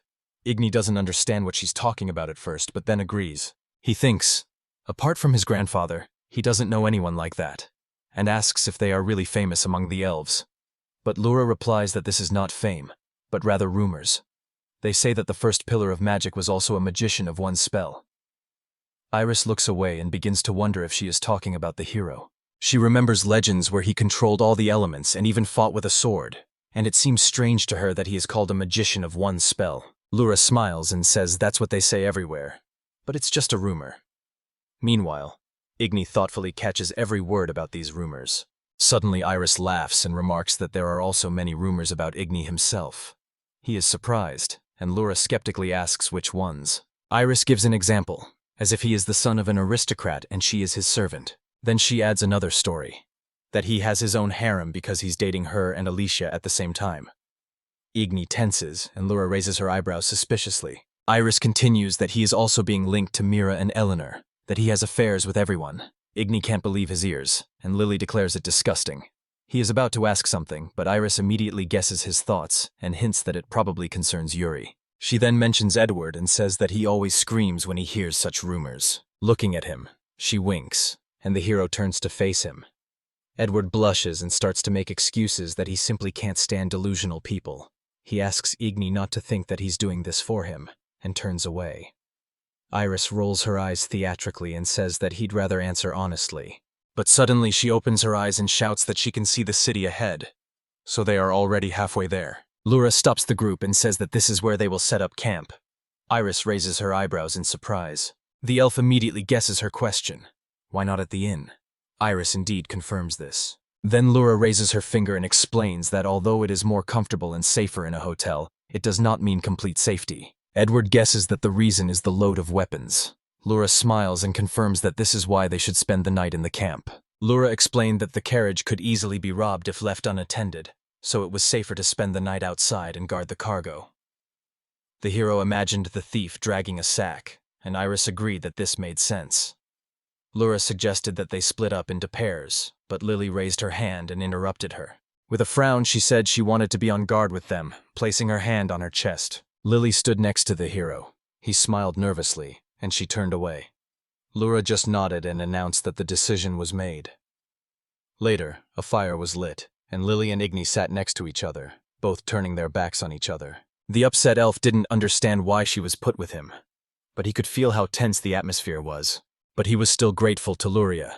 The hero remembered how she waved her hand, and said that they would definitely become friends. Suddenly, Igny remembered a conversation with his grandfather. He had created a flame between his palms and asked to be taught how to become popular faster and attract the attention of girls. But the grandfather sternly replied that he would not be able to attract attention. The boy's face changed. He asked again, but only heard the explanation. As long as no one knows about him, it is impossible. Grandfather asked if someone could fall in love with a random passerby. In Igny's imagination, it looked like a lonely guy by the wall, with strange women walking past him. He denied that such a thing was possible, but Grandfather called it fairy tales and forced him to admit that he had to learn to attract attention. Grandpa clapped his fist and said that true popularity is charisma that attracts people. Igny remembered this just as he sat down next to Lily and decided to impress her with his own charisma. He gathered all his confidence and turned to Lily, but suddenly a creature attacked them, and the boy pushed her aside, warning her to be careful. The frightened elf hid behind him and asked him in displeasure what he was doing. A huge horned owl hovered over them, silencing her. Lily recognized the beast and said it was a predatory owl that attacks children and drags them into its nest. Igny was alarmed. The owl's gaze fell on her, and the girl hid behind the hero in fear, not understanding why she was being attacked. The guy suggested that the beast had confused her with a child, but Lily replied indignantly that she had long since ceased to be a child. Igny extended his hand with his index finger and cast a controlled fire spell just as the owl prepared to attack again. A burst of flame sent the creature flying away, and Lily was surprised by the force of the blow, then thanked him. Suddenly she noticed that a button had come off his shirt, probably while dodging. The girl began to examine his collar, and the boy felt that it looked strange. He called her. Lily said she would send the button back and asked him not to move. Then she saw a chain under his shirt. Igny understood what was going on, and pulled out a ring on a chain, explaining that it was a catalyst received for winning the tournament. It speeds up the spell. Lily stared at the ring, then shuddered at an unexpected thought. She quickly told him not to think she was sitting next to him for protection. She said she was just curious to look at the ring. She turned away, her cheeks flushed red. Igny smiled and thought that now everything was clear. He realized she was a real tsundere. and he remembered the conversation with his grandfather, when he said he couldn't stand them. The guy then replied that it was impossible to understand them. They were loving, but they behaved rudely. Grandpa said Igny was asking for too much. He wanted instant fame and recognition, but that wasn't going to happen. Then, my grandfather strictly ordered not to underestimate the power of popularity, and advised me to think about its true meaning. Igny imagined how this girl at first behaved harshly with him, constantly swearing, and then opened her heart, and he felt her true kindness. And then he realized that this was the beauty of a tsundere.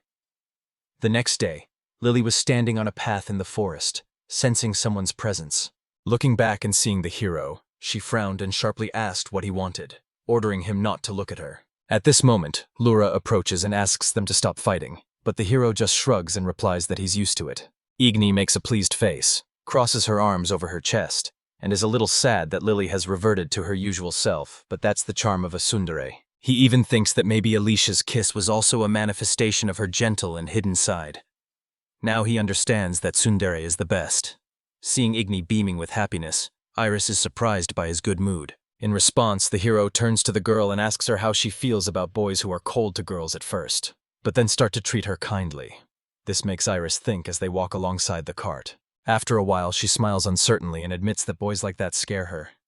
Igny is surprised, but then smiles, realizing that Iris is thinking the same way he did in the past. In his mind, he tells her that everything is still ahead. Suddenly, Iris thoughtfully adds that Edward is an example of a guy who is cold at first and then becomes kind. The hero turns pale in surprise when he hears that his friend's name has been mentioned, and Edward himself asks in confusion if she called him. Iris notices that Igny's face has turned completely pale and turns to him in surprise, but he doesn't even respond to his name. Suddenly, Lura distracts everyone and asks them to look ahead. She points to the fortress and says that these are the walls of the city of Rachilia. If they cross them, the task will be completed. But suddenly she notices someone's eyes in the darkness and reports that there is someone in the forest. The hero also sees this and asks Iris to build a barrier. She agrees, clenches her fist and prepares to cast a spell. Iris raises her hand and uses stone wall. A thick wall grows around her. Hearing heavy footsteps, Lura thinks they are bandits, but Igny denies it and says it's different. They see giant stone creatures coming at them. The hero warns them, they are golems. The golems reach the wall and begin to break it down. Iris realizes there are too many of them, but decides to fight anyway. She raises her hand again and invokes the spell Barrio, and the stone walls begin to press down on the golems. However, some still break through, and the girl apologizes, but the hero reassures her that everything is fine. He casts a fire spell, directing it at enemies, and Lily covers him from behind, cutting the air with a magical wind blade. The powerful blows scatter the golems before they can reach the squad. When they have all fallen, Igny and Lily remain on alert and keep a close eye on the surroundings. Seeing no new attackers, the hero concludes that it's all over.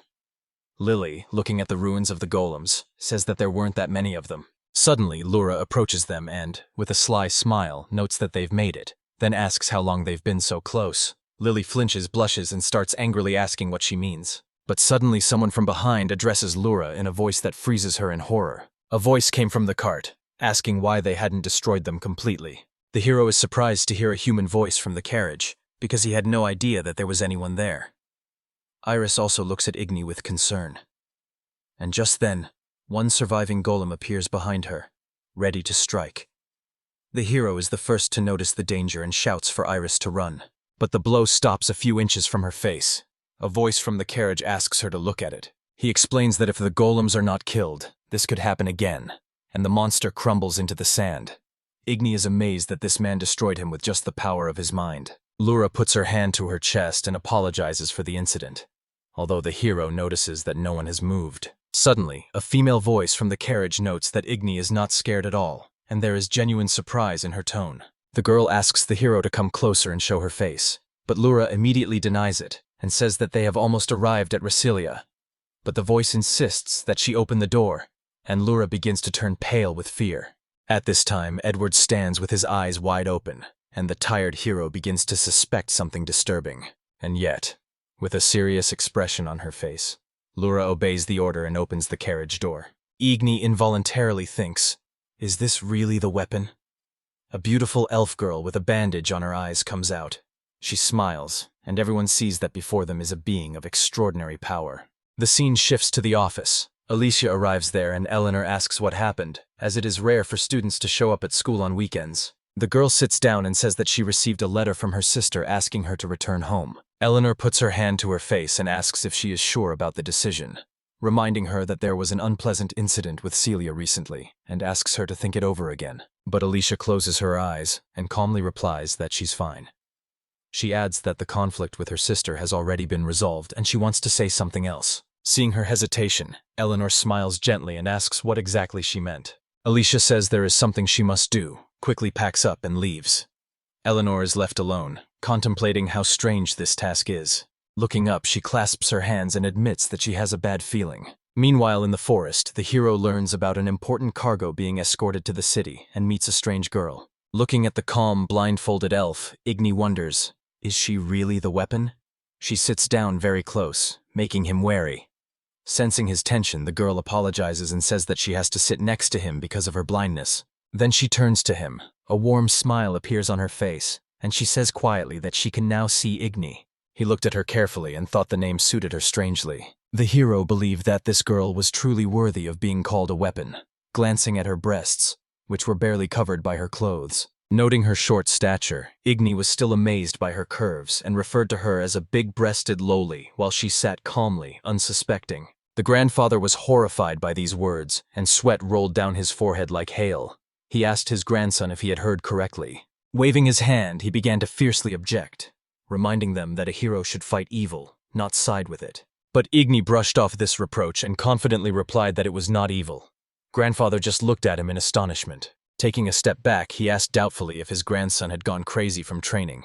Igny explained that lowly and big breasts seemed like opposites, but together they created something beautiful. His face showed determination. He even compared it to tsundere, where opposites emphasize each other, proving their point to the last. The grandfather stood as if rooted to the spot, his mouth open and his body trembling. But finally he exhaled, looked away, and sighed with relief. He closed his eyes and admitted that he couldn't believe it. It was time Igny had taught even him something. Their argument ended against the backdrop of a sunset among the rocky slopes, and the hero realized that his grandfather had almost forgotten what it meant to be young. He looked at the girl again, and couldn't believe that a live, big-breasted lowly was sitting in front of him. She turned and asked his name. He gave his name. The girl recognized him and thanked him for the information. Then she said that it was she who called him, and this greatly surprised the hero, because he thought that Lura had done it. Then the elf introduced herself and said her name was Clara. The hero immediately noted this name in his mind, and suddenly it dawned on him. Sitting before him was none other than the sword pillar. Meanwhile, she said gently that she was pleased to meet him. Igny knew. Clara was a witch, incapable of using magic, and there was hardly anyone who had not heard her name. He shook her hand and asked her directly why she needed him. In response, the girl smiled sweetly and confessed that she liked him. The hero screamed in surprise. Clara asked if it was true that he couldn't use spells other than fireballs, and he confirmed it. Then she put her hands together and said that they were similar, and she could feel it. They laughed together, and Igny realized that the first step had been taken. He had found something in common with the girl he liked. But at that moment, Clara loudly announced that her time had come, and Lura took it seriously. The carriage doors closed, and in farewell, Clara said that they would see each other again. Immediately, a shout of his name was heard from behind, and the hero looked around warily. It was Edward, who anxiously asked if he was okay. Igny stepped back and replied that everything was fine, assuring her that Clara was just an ordinary girl. But Iris exclaimed that she didn't believe it, because she felt a thirst for blood from her. Edward nervously turned away and admitted that he had no idea that the elven weapon would turn out to be one of the pillars. However, Iris sighed heavily and said that there was nothing strange about it. The boy looked at her in surprise. The girl explained with regret that both the kingdom and the empire often turned people into weapons. Edward crossed his arms over his chest, and the hero was stunned again and asked if this was really true. Igny wondered if this also applied to Alicia. An image of a girl in a hat standing in a pool of blood next to a dead body flashed before his eyes. Suddenly, Lura approaches the boys and calls out to them loudly, causing Iris and Edward to look around. She folds her arms, covers one eye, and smiles awkwardly, asking to keep everything that happened a secret. The hero blushes, and Edward quickly agrees, while Iris adds that if she just says something, all the states will rush to hunt Clara because her thirst for blood is truly incredible. Igny only confirms these words, involuntarily remembering her lush breasts, barely covered by fabric. Hearing this, Lura sighs in relief and thanks them for their understanding. But Iris wonders why they were moving so slowly. The elf explains that if they had known about the cargo, the task would have been 100 times harder. She adds one more thing. Clara is incapable of using magic. Igny, with wide eyes, realizes that this is the main reason. Lura insists on moving on, because once they reach the duchy, the task will be completed. The hero and his friends agree and follow the cart. After a while, they approach the high walls, and the carriage drives inside through the open gate. The guys go out into the square, crowded with people. There, Lura announces that it is time to split up. She says that she and Ina will take the weapons to her allies and will probably spend the night there. Then she asks Lily to rent rooms for the boys and herself, and she nods in return. After that, the girls in the cart move on, promising to meet tomorrow. The boys find a building with a sign saying hotel and go inside. Approaching the reception, Lily rents a few rooms and asks Igny to settle in and then come down for dinner. Suddenly, a happy Iris clings to him and declares that she wants to live in the same room as Igny. At this, Lily frowns and questions her words. She immediately stands between the girl and the hero, pushing them apart with her hands, and sternly says that this is impossible. Boys and girls should sleep separately. Blushing with shame, she takes Iris's hand firmly and drags her with her. Upon entering the room, Iris falls onto the bed and complains that she is terribly tired. Lily tries to keep a stern tone and says that they can rest for a while and then go to dinner. But Iris suddenly wonders why she's so abrupt. Lily replies that it's nothing like that, and doesn't understand where it came from. Lying on the bed, Iris explains what she thought. A smile makes Lily very cute. Hearing this, Lily freezes in front of the mirror, thinking about what she heard. Iris notices her condition, gets out of bed and asks what's wrong. Lily nervously replies that it's nothing, and adds that she's tired of idle chatter. Instead, she should think about how many people are sitting in taverns right now. Then the girl leaves the room, displeasedly urging her friend to hurry up. But, opening her eyes, she suddenly sees a surprised Igny in front of her. The hero is a little confused by such a random encounter, and asks if he scared her by extending his hand. Lily immediately takes a closed position, her face flushed. She turns away and mumbles that she is not scared at all. At the same time, a strange feeling awakens in her.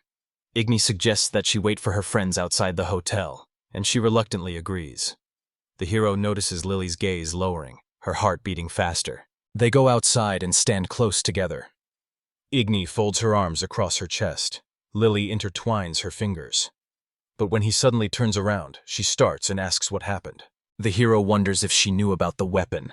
Lily, approaching, admits that she did. She explains that Clara loves to sleep, so the girl just dozed off for most of the journey. Igny takes her words into account and begins to think about tomorrow, but sees Lily getting wary. He closes his eyes and says that tomorrow they will meet the Duke, and only then will the task be finally completed. Lily listens attentively to him at first, but then her gaze changes, as if she has realized something important. The girl agrees with the hero, and he sadly admits that it sounds a bit bitter to him. Lily awkwardly asks if he really thinks that, and Igny seriously replies that he always tells her the truth. At that moment, Iris and Edward run up to them, happily greeting Igny. He waves back, while Lily turns away, trying to understand the strange feeling in her heart. The next day, the events move to the duchy, where the boys enter the grand hall, and Lily steps forward and stops before the man on the throne. The tense hero stands behind her and mentally says that they have met the Duke himself. Shortly after this meeting, the boys return to a large city with powerful walls and tall buildings. Walking along the road, the hero notices Lura supporting Clara, who asks her not to rush. Igny thinks that now she does not look at all like the majestic pillar. Suddenly, Clara turns to him and asks if he's free. Igny, surprised, replies that he's not busy at the moment, while Lily quietly watches from behind. Then Clara politely asks the hero to walk around the city with her, and he frowns, thinking that it looks like an invitation to a date. Igny was just about to agree when Lily suddenly exclaimed to herself that this couldn't be done. Surprised, Igny and Clara turn around, and Clara asks why Lily decided that. Embarrassed, Lily turns her head away and hesitantly says that it's dangerous. Clara doesn't understand what the danger is and reminds her that she's a pillar and Igny will be there. But this only worries Lily even more, who tries to deny it. But Lura comes up from behind, smiles gently, and says that Clara is right, so she asks Lily not to worry. But she remains sad and grumbles under her breath, while the hero thanks Lura and promises to return by evening. Clara nods with slight displeasure and tells him to leave. She adds that while walking, they shouldn't keep themselves within the bounds of decency, because on dates people should speak frankly. Realizing that this is really a date, Igny beams with happiness and asks where they are going. But Clara replies that she prefers to confide in him. The hero reasons that with the blindfold on, She can't see what she likes, so he's nervous, because this is his first date. Suddenly, an idea strikes him, and with a shudder, he invites Clara to a cafe. There they sit at a table under an umbrella and order food. Igny explains that she has a plate of fruit and honey in front of her, and asks for a treat. After tasting it, the girl says that the dish is very sweet. She smiles and adds that she likes it, and the hero is delighted by her words. But suddenly Clara clumsily knocks over the spoon and the honey spills onto the table, which Igny immediately notices. He points this out to her, and Clara thanks him for his thoughtfulness, but suddenly grabs his hand, sticks out her tongue and licks a drop off his finger. The hero abruptly pulls his hand away and says it might be dirty. Embarrassed, Clara apologizes and explains that she just didn't want him to get his clothes dirty. She adds that the dish was very tasty, showing an almost clean plate, and Igny agrees. Then he stands up and asks what they will do next. The girl thinks about it, but suddenly an unfamiliar girl approaches their table, seemingly having met the hero by chance. As she gets closer, she recognizes him and suddenly starts running. The next moment, she bursts in and literally falls into his arms, while Igny stands confused, not understanding what is happening. He tries to push her away, but the girl raises her head, looks him straight in the eyes, and says that it's really him. Tears well up in her eyes. She says in a trembling voice that she misses him very much, calling him by name. Meanwhile, Alicia is busy with her own business. She explains that her family ordered her to return home, but they gave it as an assignment. And since she's going on a mission, Yuri was sent with her to help. Judging by the guy's appearance, he feels terrible discomfort and turns to Alicia. She immediately looks at him and asks what happened. Yuri tightens his collar and grumbles if he really has to wear such clothes, to which the girl sternly replies that he does. The guy remarks that these are women's clothes, but Alicia just adds that that's the point. She explains that people are usually more accepting of a two-girl trip, so he needs to look like he is. Seeing her stern face, Yuri is embarrassed and asks if that is really the case. However, he adds that he would have been treated no worse if he had been dressed as a man. Alicia understands this, scratches her head, and admits that she really hadn't thought of it. She says that he can change clothes in the next town and the guy is happy. But then he gets more serious and asks her to explain what's going on, because by the looks of it, something serious has happened. She pulls out a document and says she received a letter asking for help. Yuri tries to read it, but doesn't understand anything. Alicia explains that the text is coded and begins to recite the contents. She says that the letter orders her to intervene in the saint's affairs, and Yuri is immediately wary. Fear and surprise appear in his eyes, and he asks if she really needs to confront the saint. Alicia, frowning, says that she is not thrilled either. She mentally explains that a saint is a girl with the unique ability to cleanse the lands of the filth of the demon world. Dissatisfied, Alicia admits that she would have happily stayed at the academy, and a frightened Yuri cautiously asks whether it was worth writing about it in the carriage. She explains that the matter concerns not only the saint, but also the hero himself. Alicia shows a note that mentions the fiancé, Igny Tarquez. It says that he was expelled from the family and now has no last name. But it is also known that Saint Rose has already left to meet her fiancé. At this time, Rosa finds the hero, completely unexpectedly for him. She grabs his hands and repeats through tears how much she missed him. Igny frowns and tries to push the strange girl away, but suddenly realizes that her voice is familiar to him. He freezes for a moment, wondering if it is really Rosa standing before him. Hearing this, the saint smiles even more. Her eyes fill with tears again. The hero stares at her, remembering the past and comparing it with the present image. And then he remembers her name, Rosa Ackerman, his former fiancée. She clenches her fists in joy and exclaims that she always knew that they were connected by a red thread of fate. The hero does not understand anything and asks what thread she is talking about. Rosa crosses her arms, closes her eyes, and says that she has been looking for him for a long time and is infinitely happy, because it is all thanks to the power of their love. The hero recalls that she was always too active. A picture pops into his mind of him sitting under a tree in silence, not touching anyone. But suddenly, a joyful Rose jumped out from behind a tree and called out to him, scaring him. He was surprised by her appearance and said so out loud. The girl came up and asked if he had run away from the mansion again.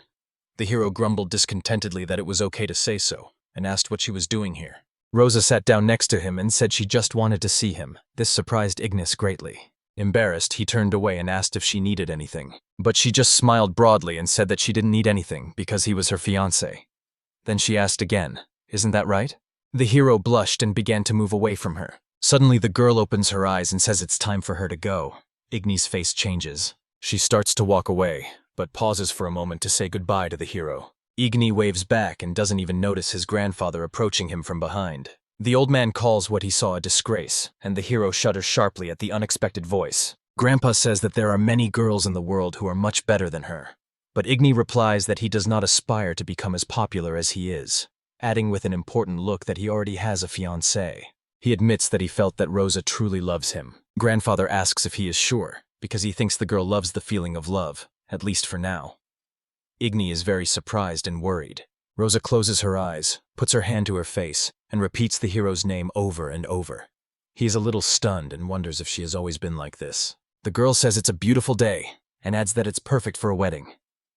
Igny shudders in surprise. He apologizes and explains that he was kicked out of his family, so he doesn't believe they could do this. But the girl is not upset at all. She touches her chest, smiles, and says that she knows about it.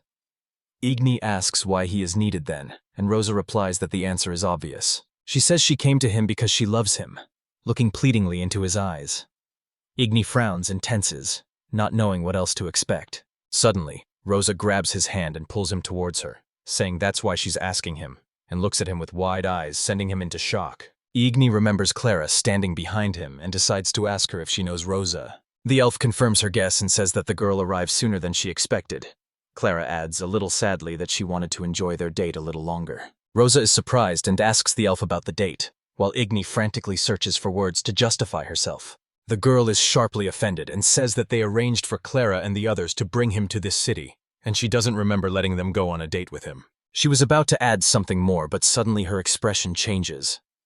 Rosa says that she understands everything now, and approaches the hero. Confused, Igny asks what exactly she understood, and she says with complete confidence that he was just practicing before meeting her. Rosa becomes even more convinced of her words and declares that he shouldn't communicate with other girls because he only needs her. She is delighted with her own fantasies, and the hero decides not to argue.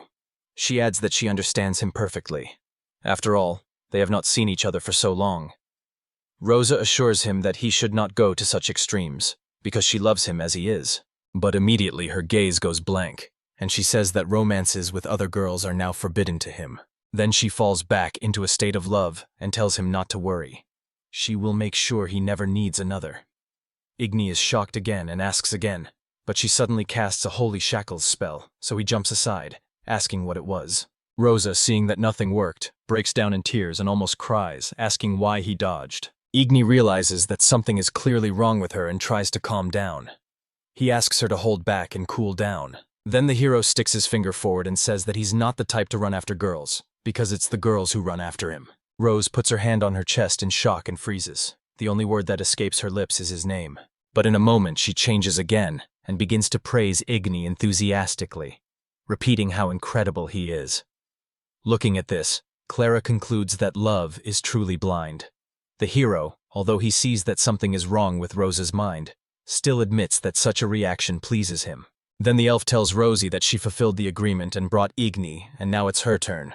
The happy girl happily agrees and says that together they can move mountains. The hero suddenly realizes the whole essence of the situation and exclaims, demanding to explain what kind of deal this is.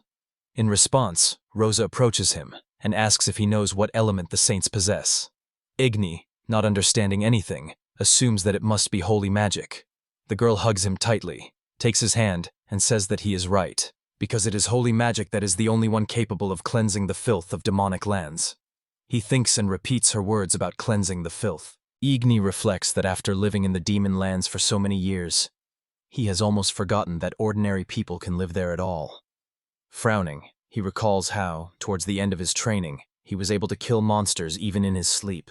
The hero says that the demonic lands are saturated with a huge amount of magic, which causes strange mutations of monsters. If they are not contained, the entire world will gradually turn into a continuous land of demons. That is why, he adds, the rose as a saint must cleanse contaminated places from defilement. Igny stares at the girl, but suddenly Clara also intervenes. She says that this filth is rapidly spreading through the elven lands. If nothing is done, the disaster will soon reach the human territories as well. From her words, the hero understands that this is precisely why Clara and Rosa made a deal. The elf was to bring him, and in exchange, the saint would cleanse her homeland.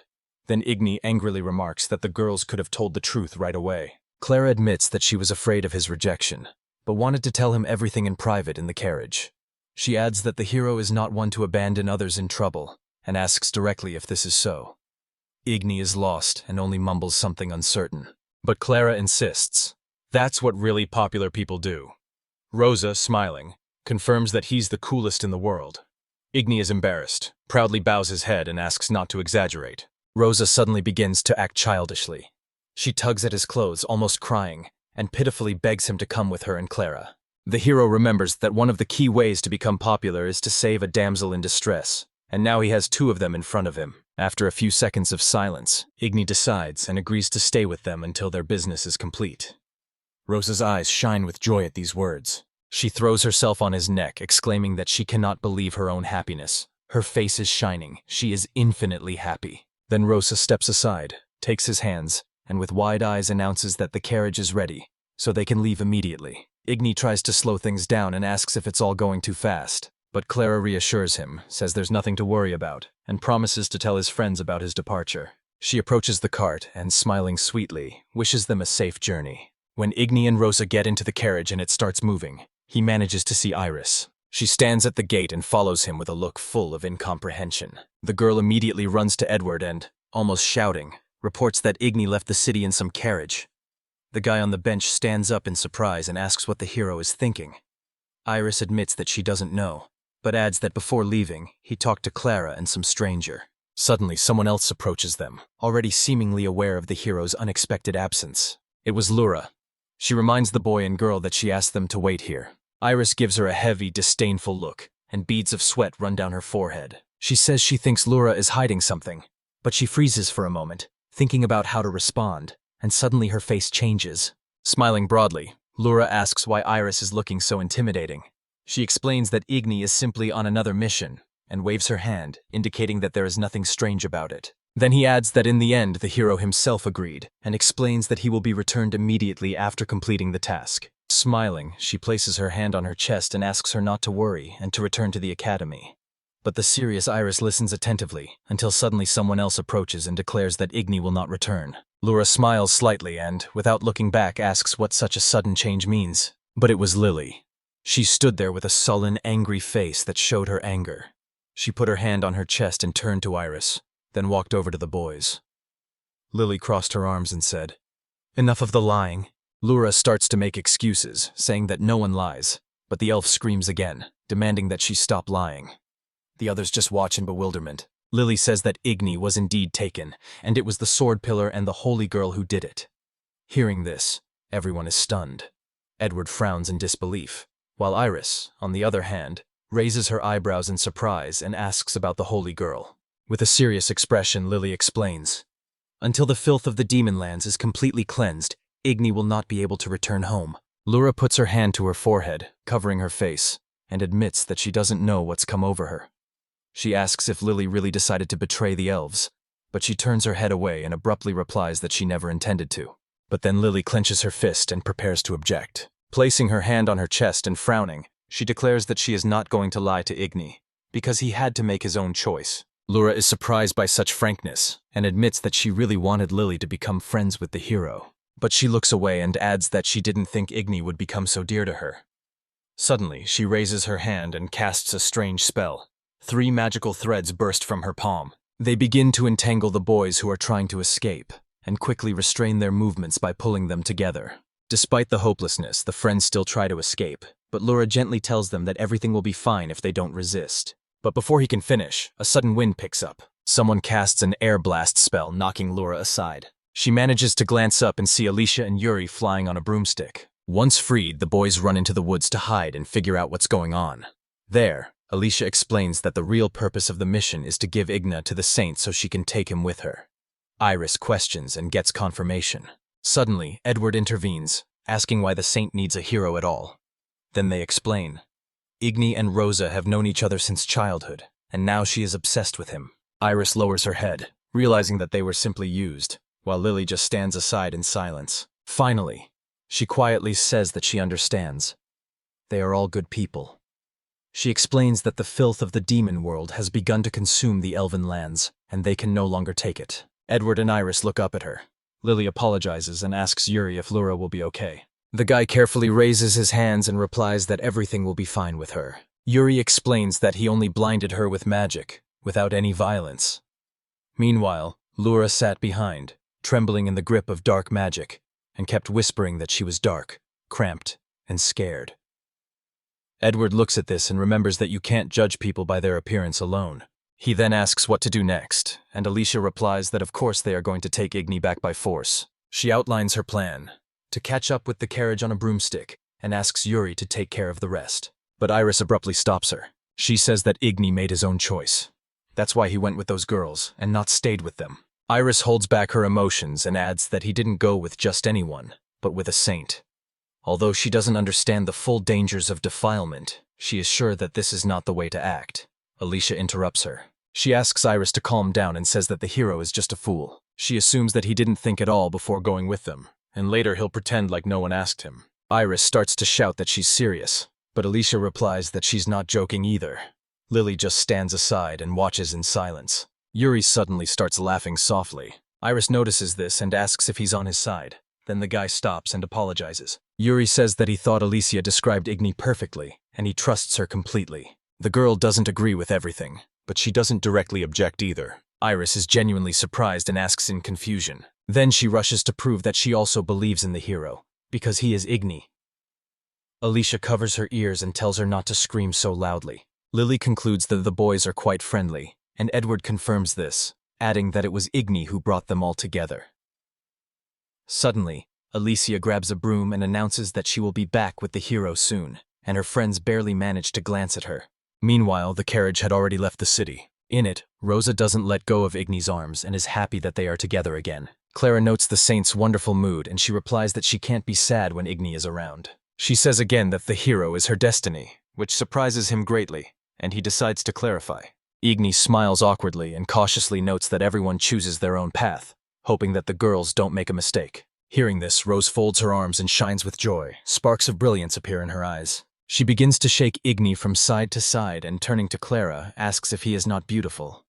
Clara agrees that these words only confirm Rosa's sincere love. Then the elf adds that the hero is right, but the saint's fate is indeed predetermined. Igny asks if Rosa is doing all this of her own free will. Clara denies that this is not true at all. She explains that holy magic, the strongest form of water elemental magic, does not arise by chance. Clara then reminds him that Rosa is an S-rank saint and gently leans her head on his shoulder. She adds that there is a belief that God himself gave her strength, and therefore her destiny is predetermined, and her life must be dedicated to service. The hero is surprised that this applies to all of life, and Clara confirms it once again. Then Igny asks if Rosa is happy with this fate, and she replies that she is, because this is her destiny and she must help people. The hero realizes that since the day he was expelled, Rosa has always been alone. The girl wants to say something else. She happily exclaims that this means Igny will stay with her forever and shines with happiness. He asks, stunned, if this task will really last a lifetime. The girl gently replies that she would never force him,